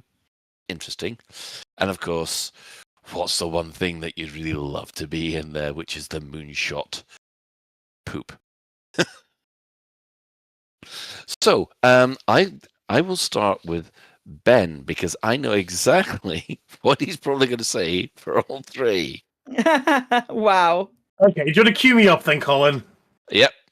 Okay. Waiting. Go. Okay, so right, what's the first one then? Come on. Ships. Right. On vehicles. Yes, we'll get some ships and things like that. I want more passenger ships, but we've already said all that. You can easily say it again. You can absolutely say it again. Yeah. But we've got New Year, man. New Year, new you, same New old Year. shit. Okay, What are you still I've- hoping for? So no. Okay, I know what Colin's going for now. I want a speeder bike. Fuck it. Yes, there we go. There it is. There we go. That's what Colin wants. That's what everybody wants, apparently. Oh yeah. But yeah, okay, fair enough. I mean, would you be happy paying early access ARCs for a speeder bike? Yeah. I'd be even happier if I could drive the speeder bike out whilst we were flying. He wants to have his Black Widow moment. I mean, that would be incredible. And it would more so justify a Caspian, which a lot of people are finding very difficult to land. I've heard. She is a large ship. Despite Frontier promising we're not going to get a large ship. I don't care. I'm having no problem landing it whatsoever. Yeah, no, I'm with you, Colin, because I haven't had a problem. But it's like one of the main things that people have said about it that I've seen, like when I've been playing. Oh, she's so difficult to land, and I don't get it. But being able to just sort of like poop out an SRV of any kind would alleviate that problem. I know what. Oh, love that. I mean, even just make the speeder bikes USP. The fact it can poop out, but it only has one ton of cargo. Or even better, the speeder bike is in a little launch tunnel that just poops out like the fighter. yeah, that could work. Or entirely different like idea. Sorry. So I know you're still doing the thing, Ben. But we're talking about this. Giving landing gear. The landing gear that exists already. Yeah, I mean, the fighters has landing gear, letting us use it. Yeah, that would be also very, very That's nice. it done. Yeah. I still want to see it. Yeah. They have landing gear in the correct me if I'm wrong, but they have landing gear in the store when you're looking at them in the shipyard, right? The Taipan and the other ones. I'm sure that's the case. I see what you're saying. Yeah. Yeah. So they have landing gear in there. So let us use it. And then you can fly around in your big spaceship, then sacrifice some of your hold or whatever you're using in the Caspian to make it an optimal explorer. Sacrifice a little bit of your jump range to put a fighter bay in there. So if you are struggling landing in that, then you can land in a little Taipan and jump out of your ship and do your on for explo with a little ship. That would be. Do you think the Taipan etc. should have any cargo space in them? No, I don't. Well, I do think they should be something like the scanner, the exobiology scanner. But that's just my grumble about that, and something I should have kept back, to be honest. Yeah. What about you? What about? Is there a system that you'd like to see updated, and is there a new feature that you'd like to see realistically put in? Then, Ben. Realistically, I don't see any reason why Frontier can't let us walk around our cockpit, and I don't see why they can't give us an elevator or some kind of mythical fade to black transition to my bedroom or to the bar area that we've all seen on the outside of the bloody Anaconda. To areas of your ship that you might find interesting. Yeah. And I don't see any reason why we couldn't have that. And that seems, how hard can it be? There it is. Okay. I tell you what, everybody, once you've finished your point and you can't think of anything else, you say, how hard can it be? And I'll move on to the next person. Absolutely not a chance. I had a drink. Okay then, Alec, what about you? Ships, big picture things, moonshot. Right, go on then. Ships. For no reason whatsoever, I'm going to say we're only going to get 2 ships this year. We're going to get a large battleship, and a small, nimble racing ship. Oh, okay. Don't know what for, unless the latter satisfies my my moonshot, which I'm coming to. But Gotcha. yeah, I think we're going to get a new large ship. And then, big picture things. Well, operations, obviously. Yeah. I think there might be some fun things that might come with operations. I think might be a little revamp to the mission system. We might get new things like maybe escort missions. I'd still quite like to see escort missions in game. God.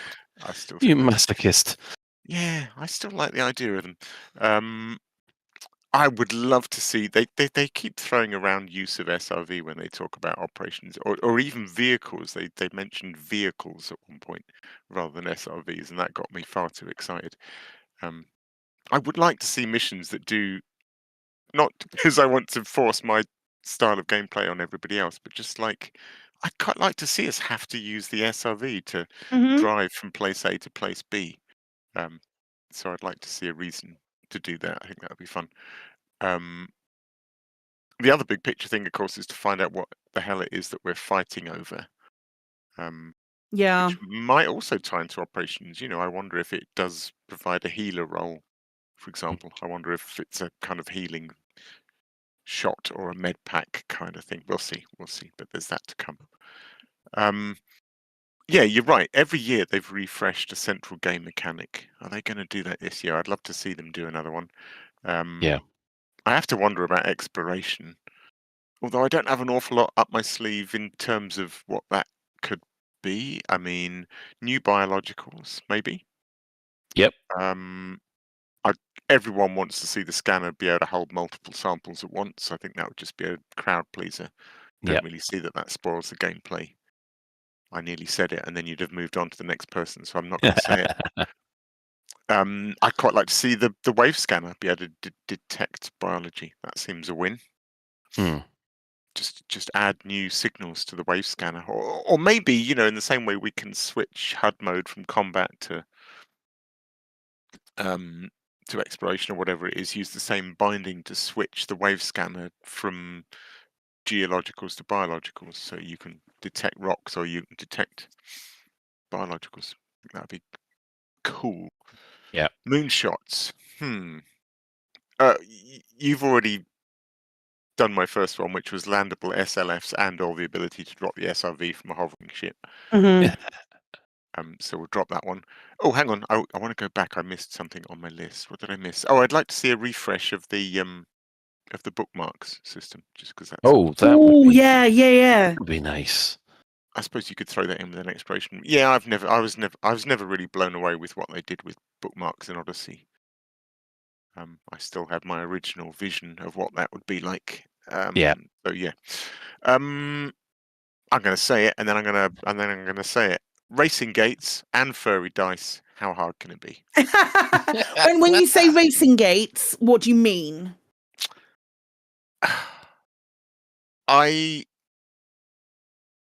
It gets complicated very quickly, which is why they probably won't do it.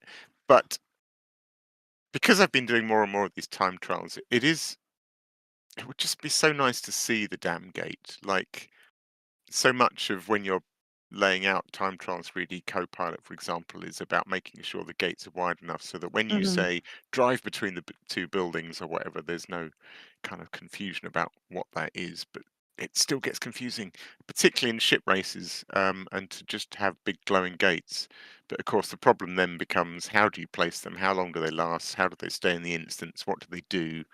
So I appreciate it's a complex issue. So I suppose what I'm saying is, for my moonshot, I would like to call back to who was it whose New Year tweet 2 years ago was, I want to put racing in the game. I would like to see. I suppose I would like to see racing go in the game.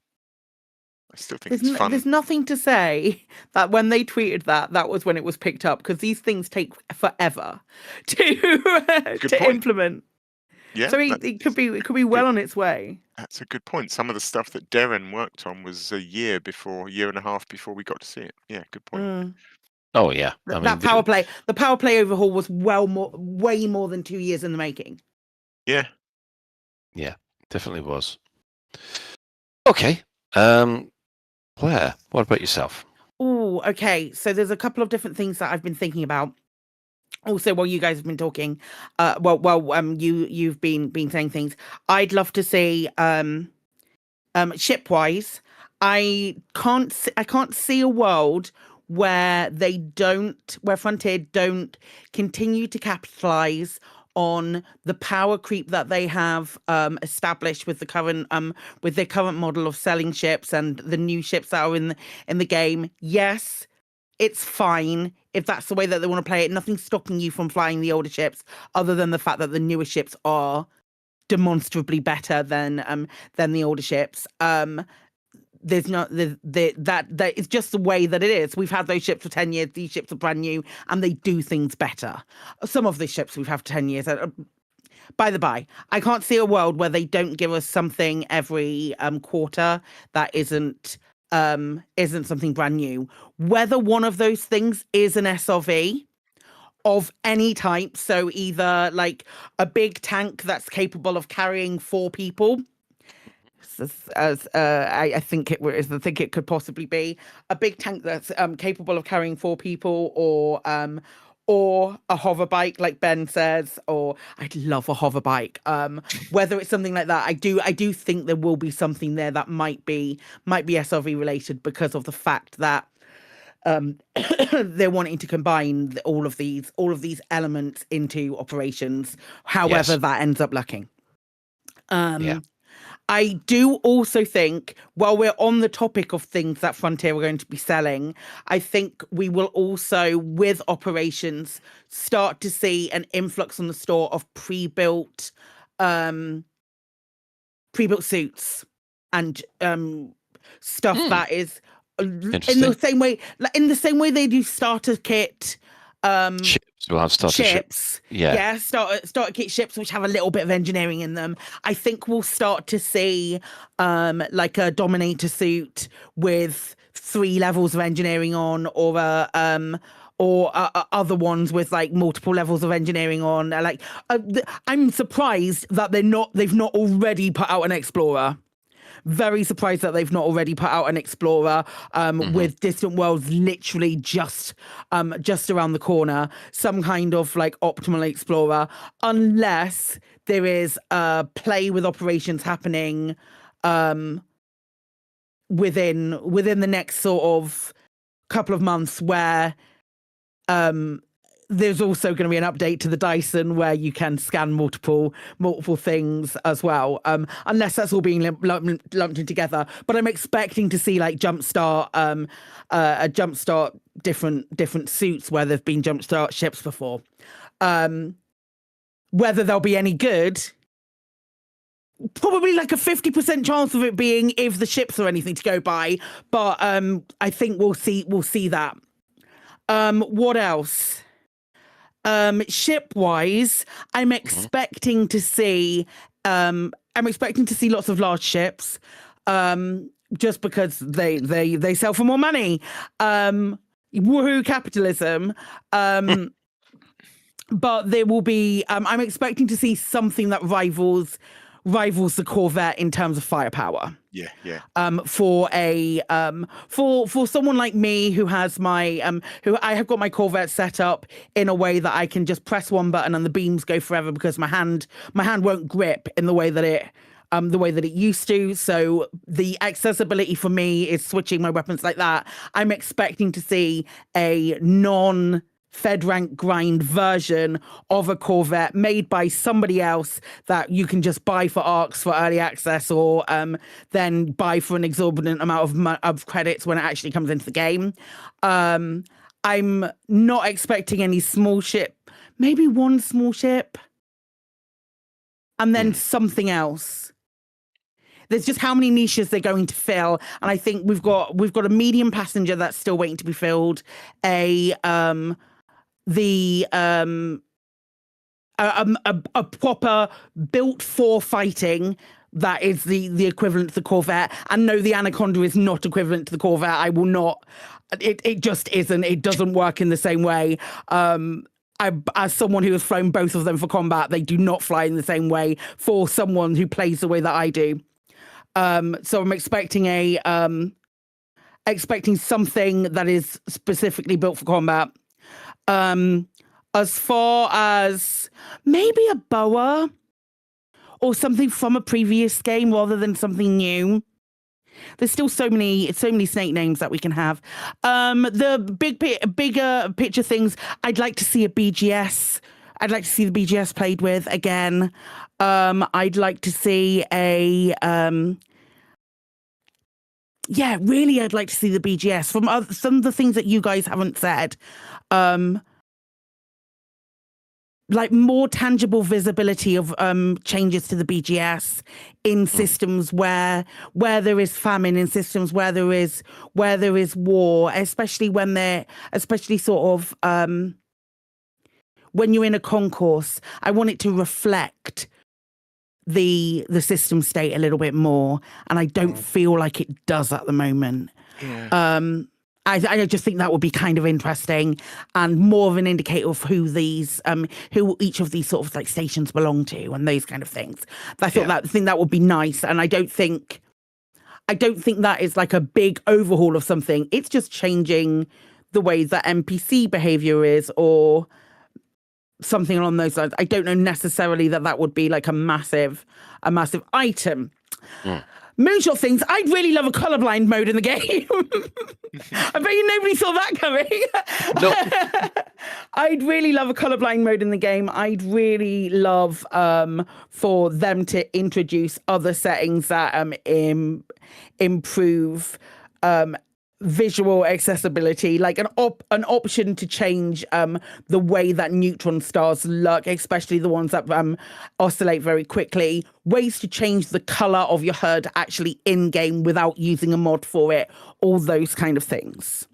Those are my moonshot items are more accessibility for in Elite Dangerous. It's always my moonshot item. Okay, excellent. Okay, I guess I'll do mine. Which I know Ben and Alec both had responses to things that I'd said. Oh, have we? Yeah. Okay then. I do apologise here. There we go. Ben, you first. I'm just wondering, actually, you know how Claire was saying about no small ships? And I'm kind of combining Alec's wishes here with Claire's, well, with this. But if we get Alec's wish of rings and racing as a thing in game, how much would you love some small ships as a dedicated racer? Yeah. I mean, we've got some good ones be already. like the size of... Sorry, go ahead. No, it's right. I was just going to say it didn't stop yours. Yeah, I wouldn't be like the size of... Something like that might be fun to have, like a ship launch fighter, or maybe new ship launch fighters that are built specifically for ship launch racers rather than ship launch fighters, like a ship launch explorer or something. Maybe operations will introduce proper Star Wars trench runs, and we'll need little ships to go weaving down the trenches, dodging the guns, and dropping just a at the same time in the shaft at the end. Just at the same time as Star Wars Galactic Racers release. Yeah. That feels right. Yeah. Yeah. Okay, Alec. Oh, sorry. Yeah, and my thing. It was just an observation, but your comment about things reflecting system states more, and I was going to comment about like graffiti and how it seems relatively easy.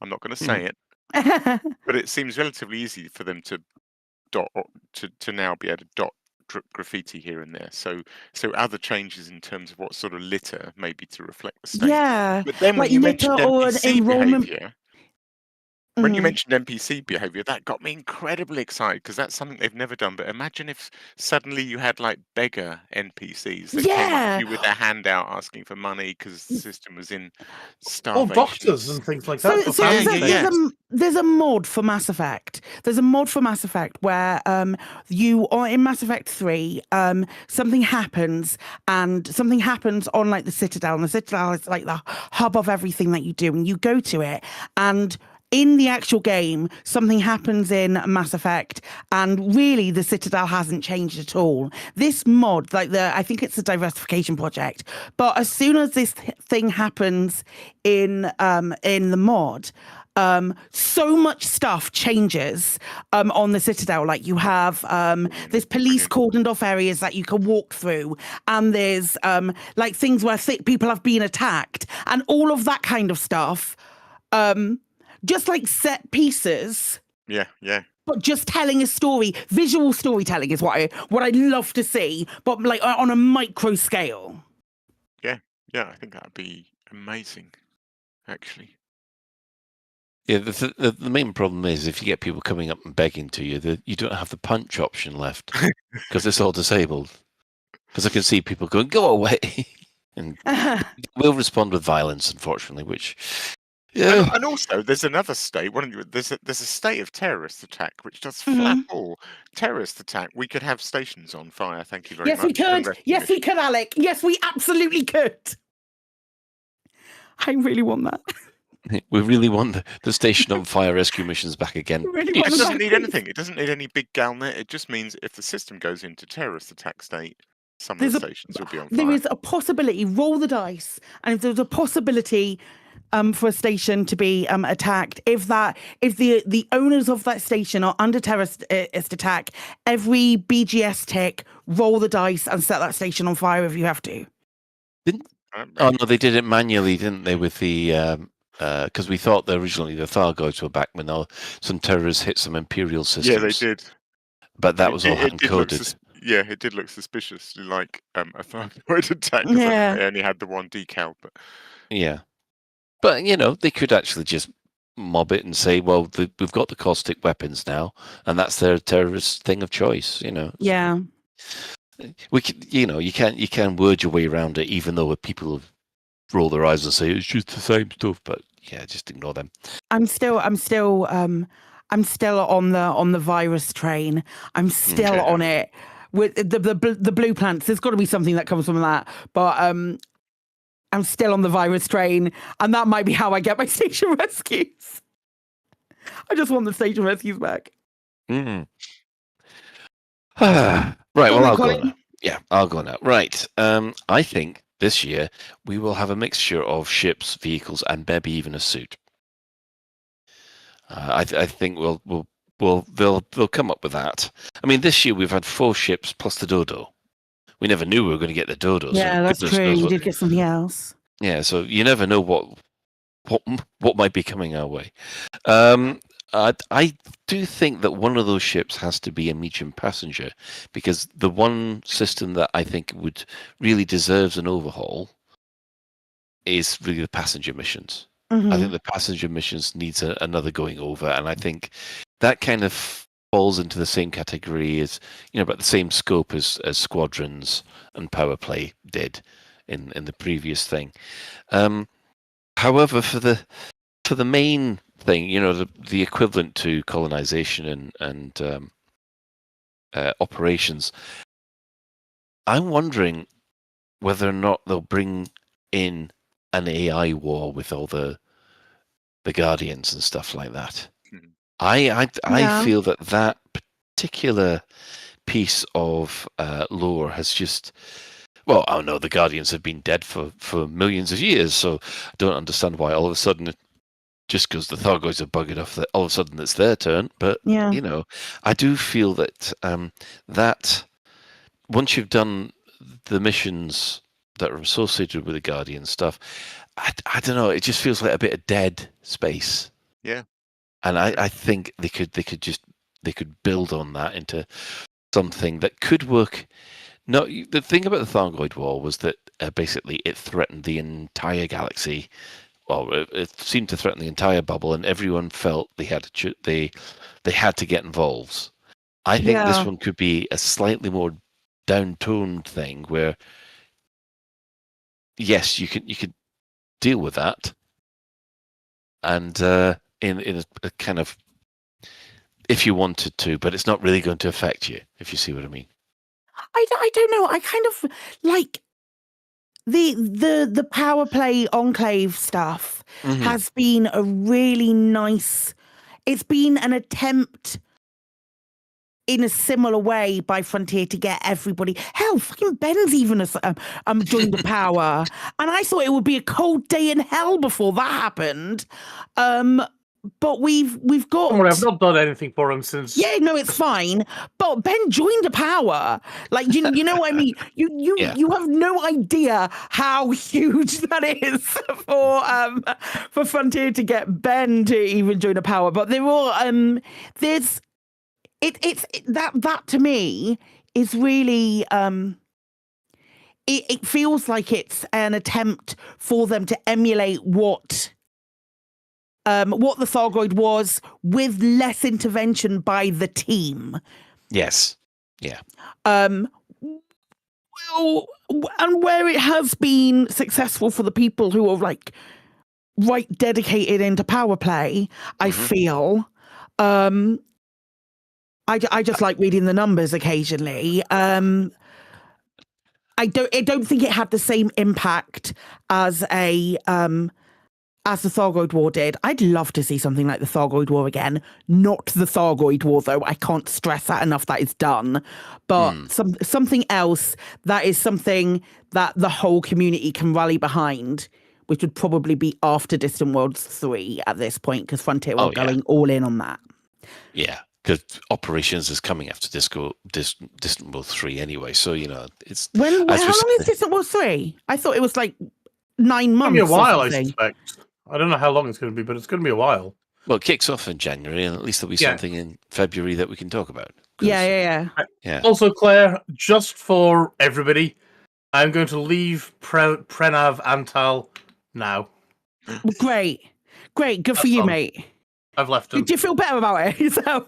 I'll feel better once I've had a shower. Okay, cool.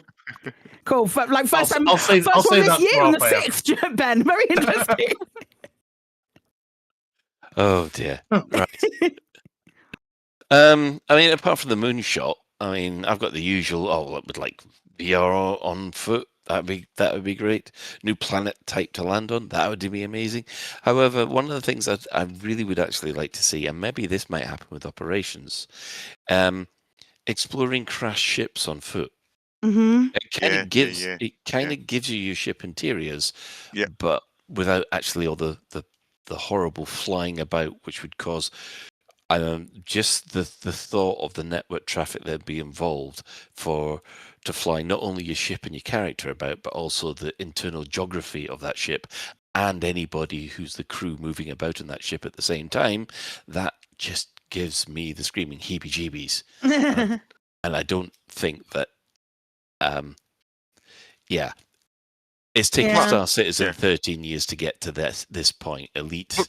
Plus, for salvage, you don't have to do all the ships. Whereas if you do ship interiors, it's a bit weird if you do some ships and not others. So it's kind of a bit. I've always thought that ship interiors, for the owners of the ships, is an all or nothing thing. Yeah. For salvage, you can just do an Anaconda. Anaconda crate, Type 9, something like that. Things that you would expect to see crash, like even a Cobra. Going through those kind of things. So Cobra's probably a little bit too small for it, but no, it probably isn't. I don't know the size of the ships. So maybe that mixing or the AI war with Salvation, that kind of thing could be sort of interchanged. But last year I said, I don't know, surprise me, and they certainly did. Yeah. Because I was not expecting anything like Operations. And I didn't expect to be enjoying colonization as much as I have been. So, Because, for some reason, hauling steel is quite therapeutic. So that's our thoughts. I guess we should hand over to what everybody else thought. Absolutely, we should.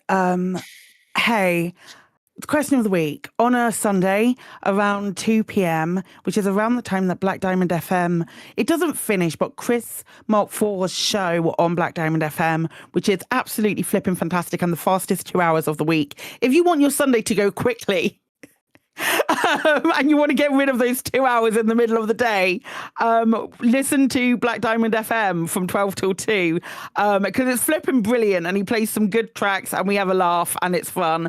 So do that. And then after you've listened to that show, go to Blue Sky or our Discord or Twitter, although none of you have, and I love that for us. It's great. Go to Twitter or Blue Sky or Discord and answer the question of the week, because that will be, if there is a show on Tuesday, you can bet your ass there will be a question of the week on the Sunday. And this week's question was all about your predictions and asking what new things will we see in the game in the coming year and sharing your hopes for Elite in 2026. Ben, do you want to kick us off? I will kick us off with Nicey. Definitely looking forward to Operations. Would love to see them using installations for it too. BGS changes are also so much needed. UI overhaul and a better reward for doing actions, or for that matter, it working properly. We believe in New Frontier. Yay! We do. BGS changes. And Commander Cronenberg, in response to Nicey, says, I always wanted to see better link up in the station with the current in-system owning faction status, i.e. they're at war, there should be noticeable soldiers walking around, or in an outbreak, medical staff milling around, and so on. Simple stuff, but adds to the immersion. I literally just did the Leonardo DiCaprio point at the screen. Yeah, that's amazing. Exactly Absolutely that's what I mean. Okay, the community's in consensus already. Do that. Yeah, that's what we want. Brilliant. You love to see it. Commander Jarenstad says more/better on foot content. I would love to be able to access more of the interiors of carriers, megaships, and stations. The dream, a way to dock without using a landing pad, making it possible to enter installations and generation ships. Being delusional, a large combat ship with rank lock. Ooh, with rank lock. With rank lock. Wow. I think it would be like if we would get a just to further extrapolate without rank lock, but if we would get like a large combat ship, I think it would be in the style of like the Chieftain or the Crusader. I think it would just like be a large. Is it the Crusader the other one? Yes. Yeah. So like the Chieftain or the Crusader, like an Alliance large fighter. Yeah, and the Challenger, actually. There's 3, aren't there? I always forget there's 3. Yeah, maybe. But yeah, like, name it after another British tank beginning with C. Colin. No, Is there a tank called Colin? I got told I was a tank, or maybe that was a fish tank. Never mind.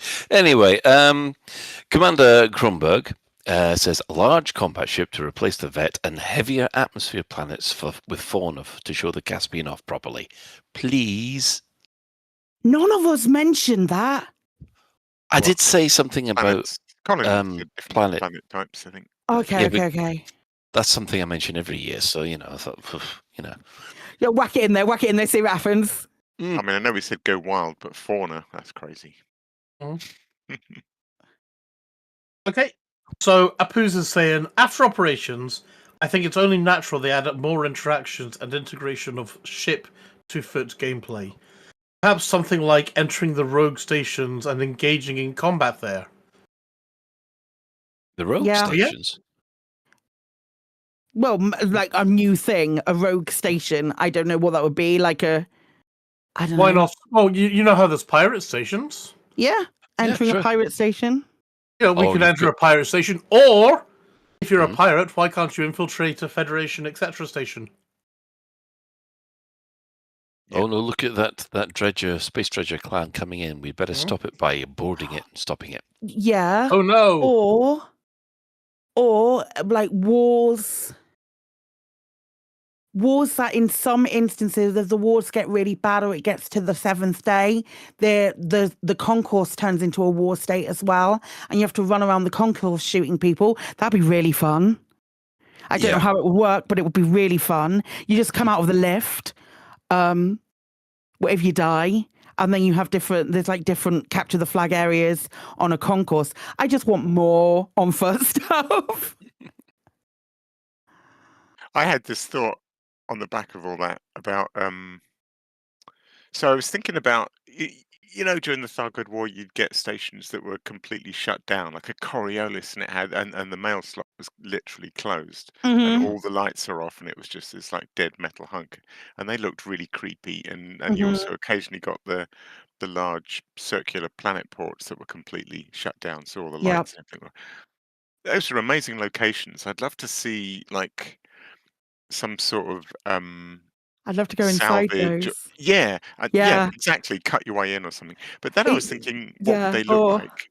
And I started thinking, well, they can use that as an operations could give us Yeah. give And us we a kind look. of know what they look like. We kind of Yeah. know what a concourse looks like. Well, we now know what a concourse looks like without anybody on it. Because we see that when we build our Coriolises or Oh, I our see. ships I see what you mean. Yeah, before they when like there's just still before they scaffolding and yeah. the lights So aren't take all the on. scaffolding off and all the light and keep the lights off and stuff and then give you like an access port from outside that you line up to and then you can go in and then there's something on those stations that you need to get. Yeah. Now, there's a flip side to that, and I'm going to sound like a right forumite now, but it did occur to me that operations gives Frontier an easy way out of doing some of the big stuff that people want them to do. So, like, instead of having to add, say, interiors for the large planet ports, so that we can cut our way into one in normal gameplay and then go and loot stuff from the inside, instead of having to do that big bit of work, they can just build a little scenario, an operation that gives us a glimpse of that. Do you know what I mean? They can I kind know of exactly what you mean. Yeah, I get it. some of the big things that would be like game wide, they don't have to do them game wide. They can just build a little instance and go, there you go, we've done interiors, we've done guard. We they can show us what it looks like to go down those steps at a Guardian site without having to allow us to go down the steps of the Guardian site. They can just build an operation to give us a glimpse of that and then tick the box and go, done it. Yeah. That's a very negative thought, isn't it? Sorry, but there you go. It is, but it's an understandable cause for concern. I don't know that I would necessarily be that disappointed if that were the case. If it was No. like a couple of set pieces and one of the many, many, many different scenarios that we could get as part of operations. And I'm stressing the many because I'm so scared about it being about it becoming repetitive and About there's there not multiple being many, ways. about it being a handful. Yeah. Yeah. I don't know. It always depends when these things happen because those kind of raids I've been doing in SOTO for absolutely ages. The main key to actually enjoying them, even though it's the same scenario, is running with different players. Yeah. Because after a time, everybody gets used to do their role and all that kind of stuff. And it's only when you mix it up with different people and you don't know how they're going to react does it suddenly become interesting again. I mean, it'll be great for the first month, I reckon, where everybody's getting used to it. But then after that, if you're always teaming up with the same people and you're always doing that, then it does come a bit samey. So it might be a little bit of a time to get to know someone new. Yeah. How many? Does anyone know how many dungeons are there in Warcraft? Are we talking tens, hundreds? Not hundreds, tens. There's between 10 and 100, I think. Yeah. Okay. But they've been doing those raids or creating those raids for Yes. God, how long? 20 years. Yeah. Something. Even so, interesting. Yeah. Got a question for you, Alec, that regarding the low hanging fruit of you can now enter the Guardian side via a Scripted raid operation kind of thing. Mm-hmm. How would you feel about you can have racing, but only via CQC? Yeah, it's interesting, isn't it? It's interesting. No open world racing, but you CQC go to an operation. Racing. It's not a bad. It's not. I don't think I'd be too disappointed, actually. Yeah, no. Yeah, Do you know and what? it's kind of like Do I you know don't want to what look a helped? gift horse in the mouth, that kind of thing. Do you know what? I think I'd be all right with it. Yeah. I think it would do. Let's move on. The Bird Pit says, I'd really like to see new small ships and on-foot weapons, all linked to operations. Pie in the Sky wishes railgun sniper rifle and the ability to lean and go prone. Never gonna happen though. When we did our Flight Assist episode with the Burr Pit, and this was before Odyssey came out. Was he asking for leaning and going He prone? he was so excited about having a railgun sniper and going prone. So I'm so glad that hasn't changed. No. Yeah, that is keeping that dream alive. Yeah, that's right. Aim high, keep going, Burr. You got this, mate. You go prone, I'll still wave the flag for on foot VR. It's funny, it's the little things, isn't it? I want furry dice and he wants to be able to lean. These don't sound like big things. They really don't. But also, colorblind mode doesn't either, Alec. Yeah, good point. What can I say? Good point. Silas Resi says ship kits for the Asp Scout and the Cobra Mark IV. Failing that, I reckon if they were cooking up a big bad that'll be with us at the end of 2026. Maybe Halloween, something Guardian-y, 07. Asp Scout and Cobra Mark IV ship kits. Well, it's a niche market. It's a niche the market. Billy Goats here? We're the Billy Goats crossing the bridge at the moment, aren't we? Yeah. Right, I have Julius. I look forward to the on-foot operations and the new content that this brings. I do not look forward to the new monetization schemes FDev might try that further blur the line to pay to win. A wish for me would be narrative content, i.e. a mission pack that would cost approximately €10 with a really nice presentation.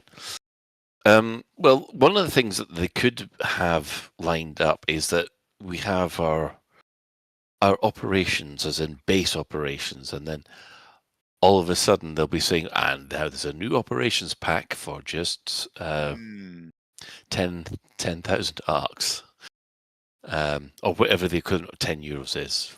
Yeah, so it'd be 5 more missions or something like that. I can see that being a thing. I wouldn't be averse to that. No, I wouldn't either. I wouldn't be like, it's an expansion at the end of the day. Like I'm fine to pay for expansions in a video game if I think I'm going to enjoy the content.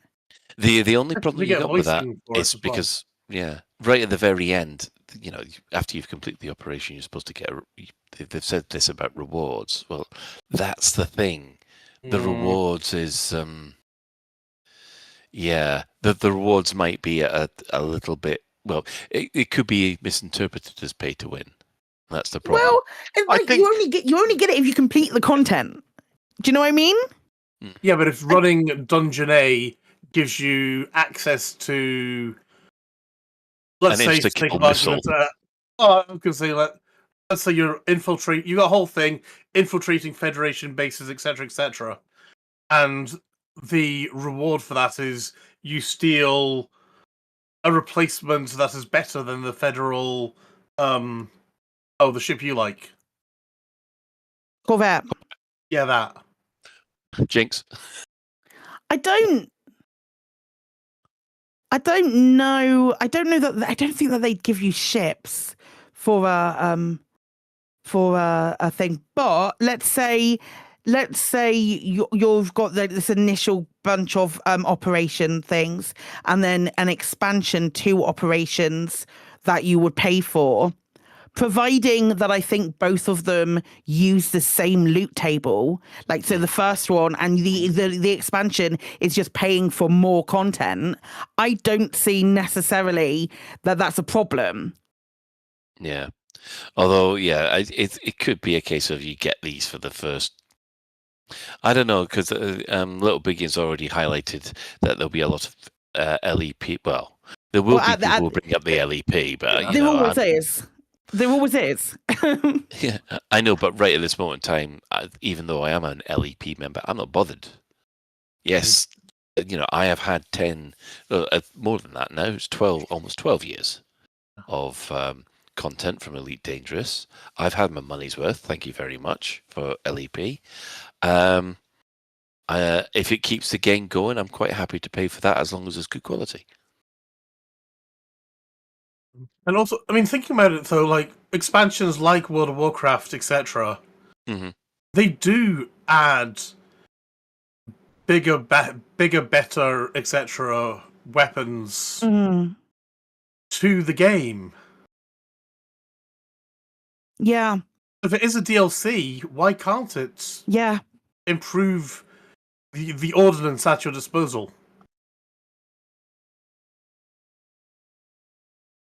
Yeah, Anyway. no, I agree with. I do agree with you. I do agree with you. I don't. I'm not keen on pay to win, but I don't. I feel like an expansion where you get other things, or you get things because you've paid for like all of the content that comes with that as well. I don't know. I don't know where my line blurs with that. The rewards in the paid operations could be the same. As Yeah, the that's rewards you that's get what I was in saying. the unpaid ones, or they could just be cosmetic. Yeah, just put make the two loot tables the same, and you're just paying for more of something if you're enjoying it. I do that. You're paying for the experience, not Yeah, for the reward exactly. at the end. Yeah, I think that's. Could you combine essentially early access to a ship with an operation so that you're doing the operation, you steal the ship, etc. Nice. Maybe sort of like give it theming, give a new ship that you get theming, like you have to go and discover this ship in order to get it, and then you're actively having to engage with the new content as well, rather than just buying the new shiny for your fleet. Yeah, I really like that. And then later on, obviously, it goes available to general market. Fair enough. Yeah. Should we go and see what Chebs is saying? Yes, please. Yes, please. Okay. Chebs Will's saying, Happy New Year. A return of AL Daddy Savlon this year. Some new biotech thanks to all the tree scanning we did last year. Yep. Feels right. Absolutely agree. Yeah. No notes. It does seem legit, doesn't it? Excuse me for my lurgy, by the way.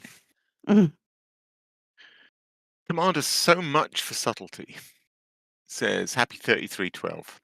I'm mostly holding out hope for an SEO optimized passenger ship, perhaps alongside Frontier taking another look at passenger missions more generally. It's an area of the game that is underutilized, I feel.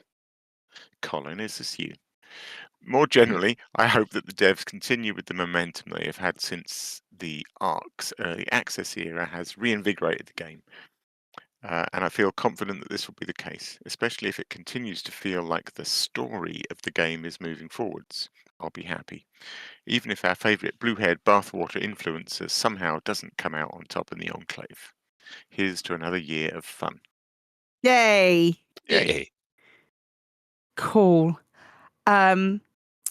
Little Biggin says, I think we will see a new large Alliance C family of combat ships with twirly engines. No idea what its special ability would be. I think maybe a specialized power distro that can charge faster.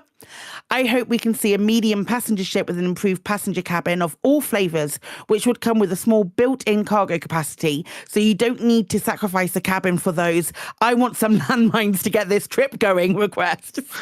My hope for 2026 is that the colonization feature is built upon and we can see new things which can be built.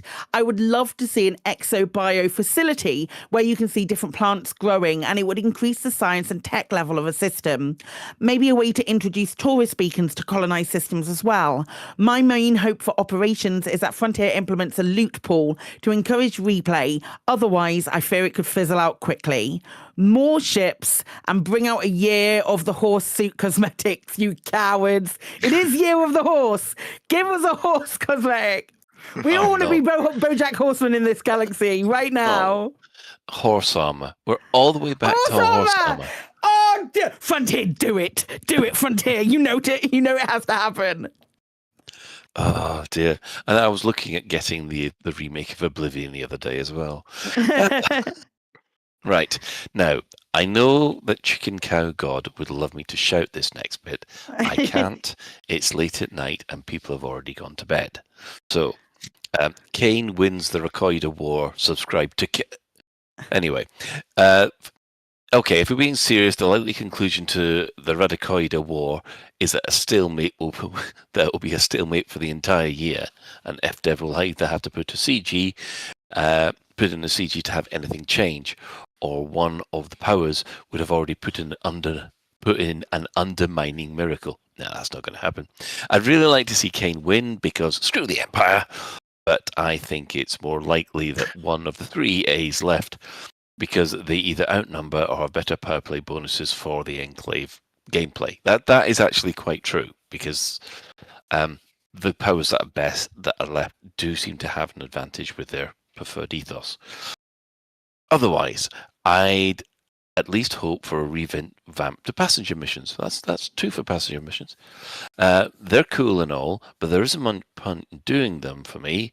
I think at the very least there should be some refugee missions or the like that you can do for free, but give you significant amount of merits. It fit in very well with the ethos of humanitarian powers, and also be a good excuse for a nice new Saud Kruger ship. I mean, I can see them saying, right, there's going to be an early access passenger vessel that comes along, either a medium or a large, and that would link in to a revamp of the passenger system. And it does feel like there's an opportunity there for them to take the gameplay in. Yeah, agreed. Right. It's a bit boring when everyone agrees. Okay. Yeah, Ben. sorry. I agree, Colin. Sometimes we argue. Sometimes we argue and have different opinions, but that makes sense, Colin. Well done. Congratulations. I don't know what else to say. Okie dokie. Continuing on with the Radicoida Wars, Cloned Again is saying they'll linger on next spring and will culminate with operations. In the meantime, Distant Worlds 3 storyline promises Guardians, rogue AIs, witch space mysteries, etc. They have Frontier's support, and there is an author who is excited about it. I hope it's going to be big. Then this summer, if ancient schizoborgs don't kill us, FDev will have to do something about Aisling. I've lost Aisling now. Where is she? She's too bright and magnificent. And we, the princess's people, are too good at fighting slavery and corruption. In an attempt to divide us, I predict Frontier Development will have Aisling assassinated and replaced by 2 of her cousins. A manga unicorn and a grumpy cat. That feels right. That feels accurate for 3012 feels right. Yeah. But we won't fall for it and will form an alliance called Zyada Unicat. Zyada Unicat. Yes. It's been a problem with Clones Again Machine, because he's been cloned one too many times. Yeah. At this stage, FDev will seriously consider a balance pass on power play. Remember they said small powers would stand a chance? Good point. And new ships. A beautiful but useless Saud Kruger. A speeder bike SRV which does the Drachia Rally in 20 minutes. Yes. Anything. I will take it. I will genuinely take that. An SLF which deals more damage than an Anaconda. And on a large combat ship, the Alliance power creep. All I'm imagining for that SLF is a big gun with a little 2 stubby wings at the end. It's funny. Well done, Clone Again. That's awesome. Really good. Oh, Alec, you know when you said way back. I know this is a tangent down, but when you said that you tried to get your SRV from one planet to another by using a couple of geezers. Yeah. I was there thinking there's a whole gang of Jason Stathams all trying to yank your SRV into orbit. So sorry about that. Oh my god! Funny image. Oh, it's me, Evo Flash. Sorry, Colin's distracted me now. Evo Flash says, Happy New Year, Lavians, and welcome back. I hope for a CG that requires Thargoid items so I can finally let go of all the bobbins I hoarded on my carrier while collecting Titan drive components. Letting go is hard to do. Also, an SEO Corvette replacement would be splendid. There's a lot of shouts outs for a new Corvette ship. Yeah. A big fighting vessel. Like a big fighter that's big battle barge. Like a proper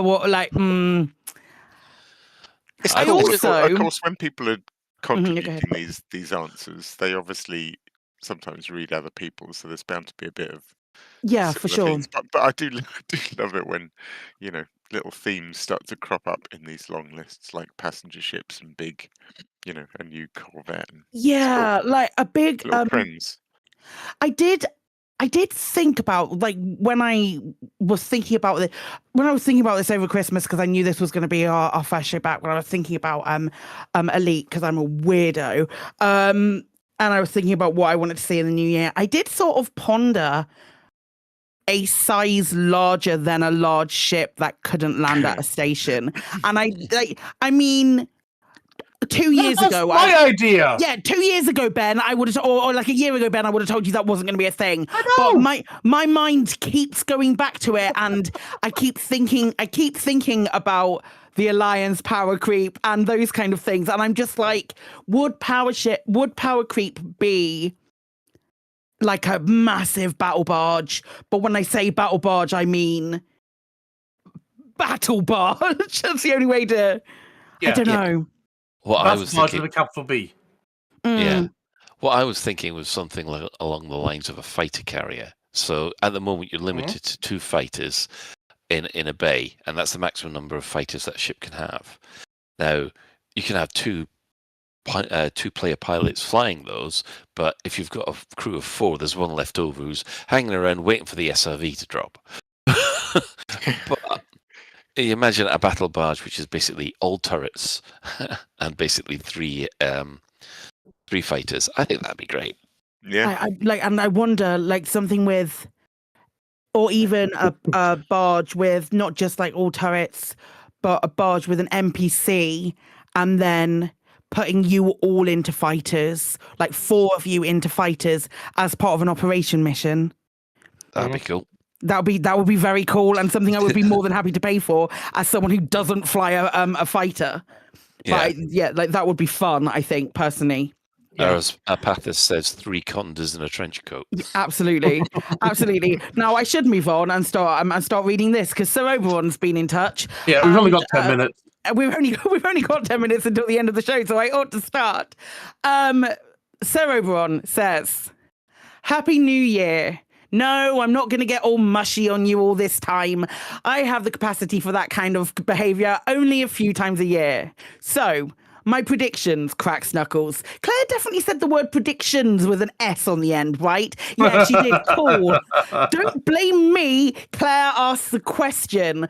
Better buckle up, peeps. And I hope you have a hot cuppa to see you through this.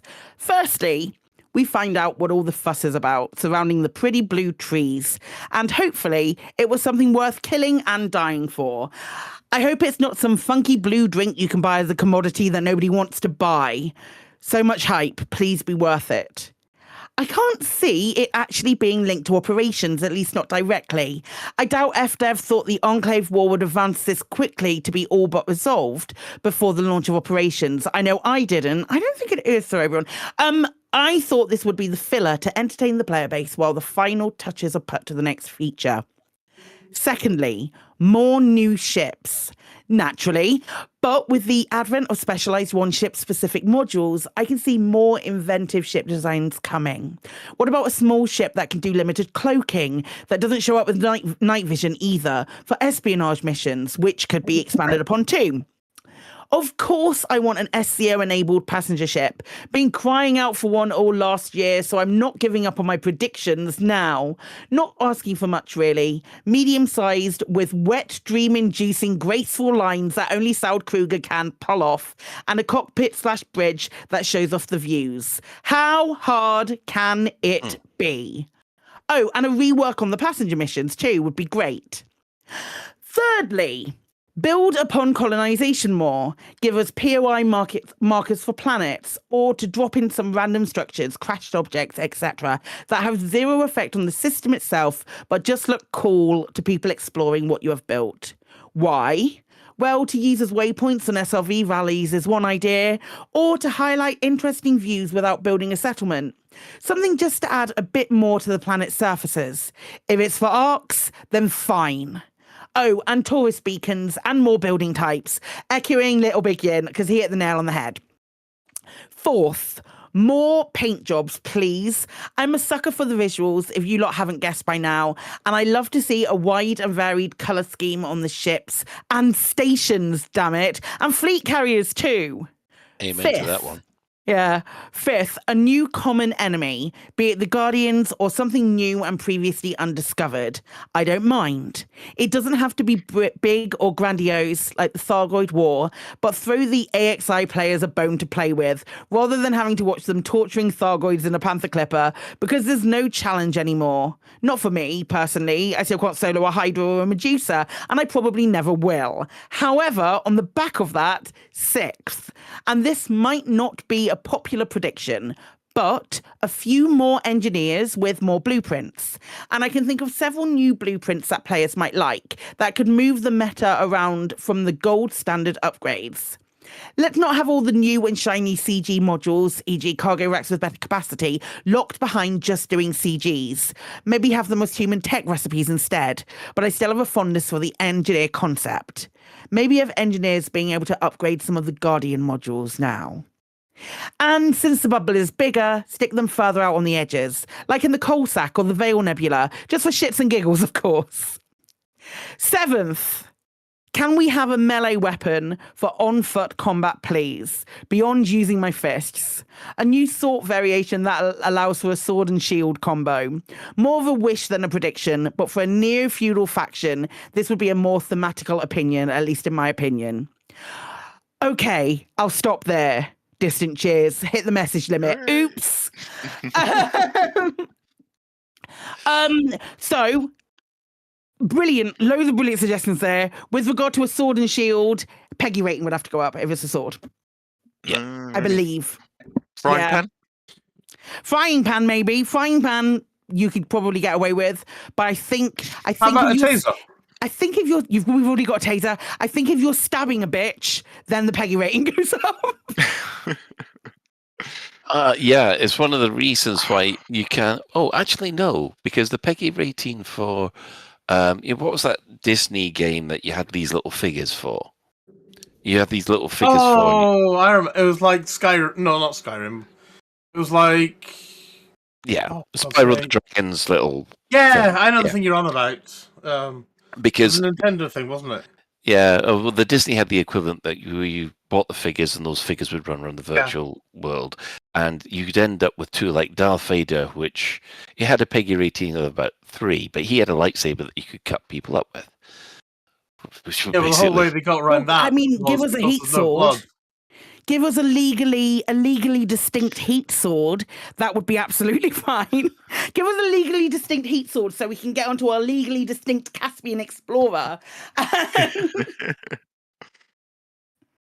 still think I don't think you can have swords without increasing the Peggy rating.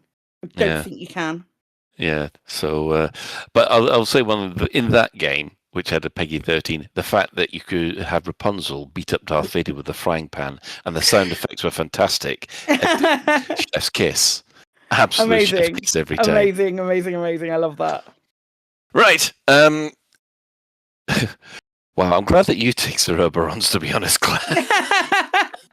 I love reading Sir Oberon stuff. I really do. I think he's got an excellent way with words. I wouldn't inflict it on the rest of you. I wouldn't do that to you. It's fine. No, I'm keeping Sir Oberon all to myself. Yes. Right. Any other business, anybody? No. Nah, not at the moment. Okay. So, Happy New Year, everyone. Again. Right, shout outs. Our sister station, Hutton Orbital Radio, it broadcasts on a Thursday at 8:30. You can tune in at twitch.tv/Hutton Orbital Truckers, or if you just want the audio, go to radio.forthemug.com. For the discerning commander that likes a bit of CQC action, check out the CQC Discord at discord.me/Elite Dangerous CQC. We'll give shout-outs to the other Elite Dangerous podcasts. That would be the Guard Frequency, who do other space games as well. Best place to get their podcasts is from their website. Loose Screws, of course. Yes, we heard you, Chig. Thank you. Right, there's also the Distant Worlds podcast. They happen every 2 weeks. There'll probably be another one coming this week. And, of course, If You Speak French. I just let the funky music do the talking, and I'm really sorry, Kremen. I missed his answer to the question of the week. Can I read it very, very quickly? Very quickly. Because otherwise he's going to sulk at me for days. You don't want that. You don't want that. Let me pull it up very quickly, and I'll do it now, because otherwise I'm stalling for time. Can you tell? What did he say? A bit late, was he today? No, it wasn't. I just, it was thrown a bit late, actually, Kremen. But once operations arrived, he'd love to see a lot of new weapons being added, like a sniper railgun, potentially new suits that are a better mix with things like EVM flying around in Zero G. Hoping to see at least 3 new ships this year, and would like to see a rival to the Vet. There you go. It was definitely past the cutoff. I'm looking at it now. You absolute little shit. DMing me and making me feel bad. Meanwhile, are you speaking French? Fuck you, Kremen, but I let the fucking music do the talking.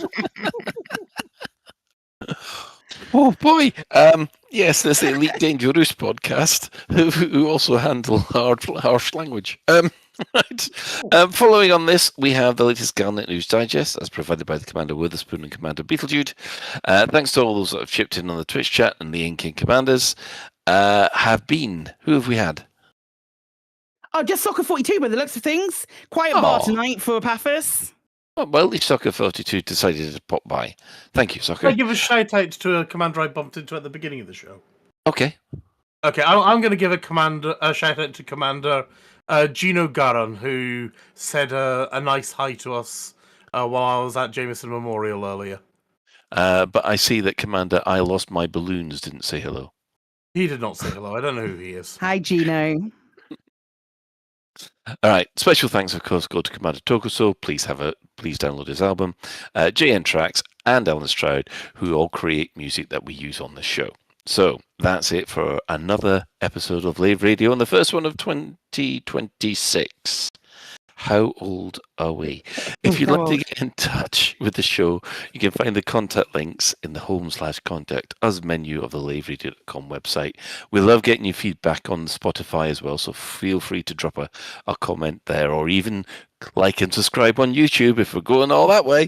Do let us know if you have any questions or if there's anything you'd like us to discuss in a future episode.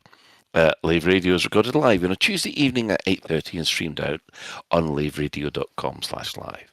So, thanks to Claire. Fuck you, Kremen. Thanks, Colin. Thanks, everyone. And everyone else, you're great. But not you, Kremen. Not you. I've got a picture of that. I'm so mad at him. I've got the grid of everybody's pictured in the centre. There's not you with Kremen's photo. I'm throwing fucking darts at a dartboard right now, mate. I'm not joking.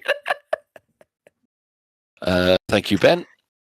Don't worry, Kremen. I guess I'll still love you. Gross. Thank you. Shivers of horror. Get the restraints warrant. Shivers of horror there. Thank you, Alec. Thanks, Colin. 3312, let's go. Let's go. And special thanks goes to our today's tech specialist. That would be Commander Paphos. You're welcome. Okay, so until next time, Commanders, fly safe. And if you can't do that, fly dangerous.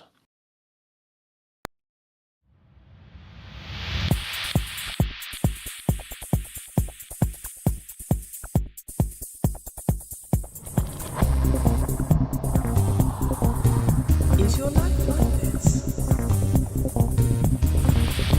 Sounds like someone having an orange inserted into them.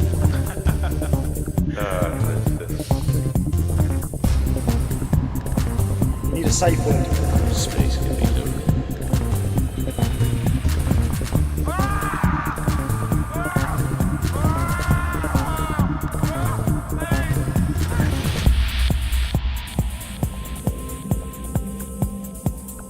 I'm gonna see the galaxy.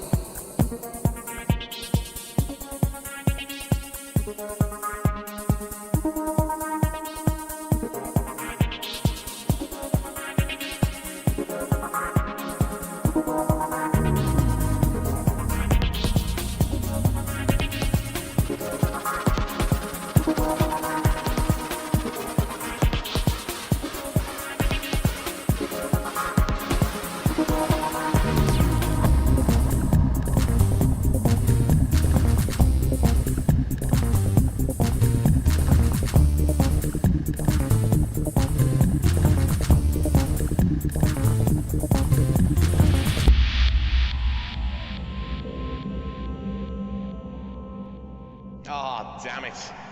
No worries, guys. Hold the fort for 2 seconds. I'll be right back.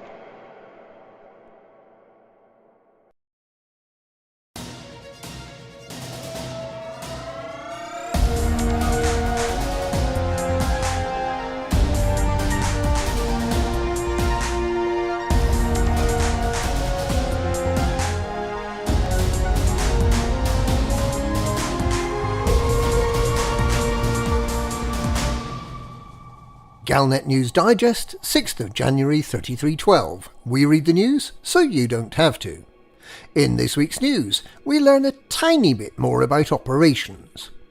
We find some intersecting planetary rings, and the Distant Worlds 3 expedition has published details of its launch event.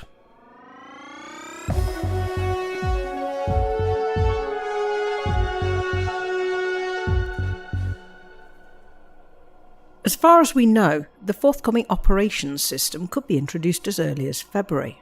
This will permit commanders, with a carefully chosen set of companions, to complete complex missions together in settings that will include the exterior and interior of megaships, as well as multi-part missions that include in-ship and on-foot components.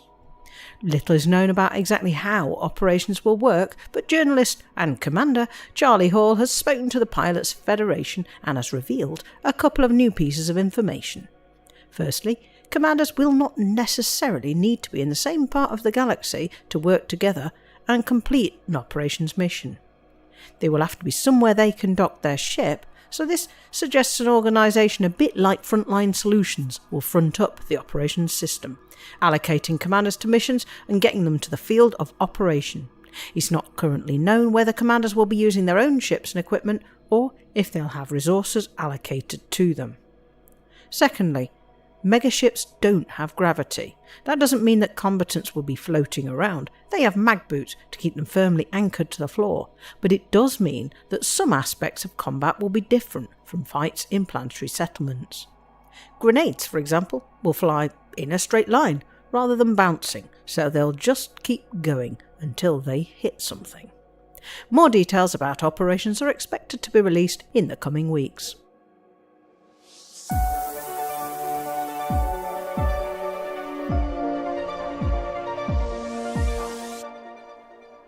There's another exploration tool in development, and this one promises to combine a smart catalogue of places to visit with somewhere to record your finds.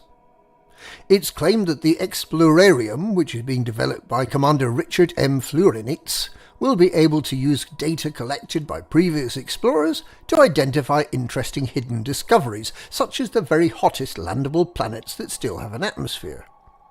One category of interesting phenomenon that the Explorarium will be able to find is overlapping planetary rings. These are typically narrow rings round small planets or moons that are co-orbiting so closely that the rings periodically cross over. This can be beautiful to observe close up, although Galnet News Digest reporter managed to visit one such system when the rings were slightly apart.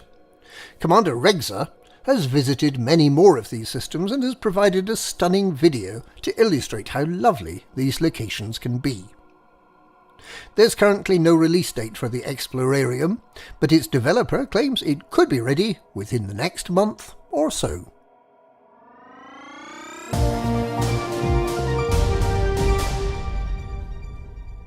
With less than 2 weeks to go before the launch event for the Distant Worlds 3 expedition, the organisers have published a participation checklist and timetable for the start of the expedition. Participants must register, join FleetCom and move any ships and modules they want to take onto one of the 4 expedition fleet carriers. If you want to join in on the initial mass jump, you'll need to register for that separately. The launch will take place on the 19th of January in the Distant Worlds 3 headquarters system, NGC 1981 sector ZU-Y D27, and that's where the mass jump will happen. But after that, everyone needs to land on one of the fleet carriers and be transported to the currently unannounced Waypoint 1. The in-ship part of the expedition will then start from Waypoint 1 on the 1st of February. It's all a bit of a mystery tour, with plans a closely guarded secret, but it promises to be a fun event for commanders young and old. No height or age limits, but a ship with a decent jump range is highly recommended, and a willingness to jump about 5,000 light years per week for however long the expedition continues, unless that is you cunningly choose to hitch a lift on one of their carriers. And that's this week's Galnet News. Galnet News, we read the news so you don't have to.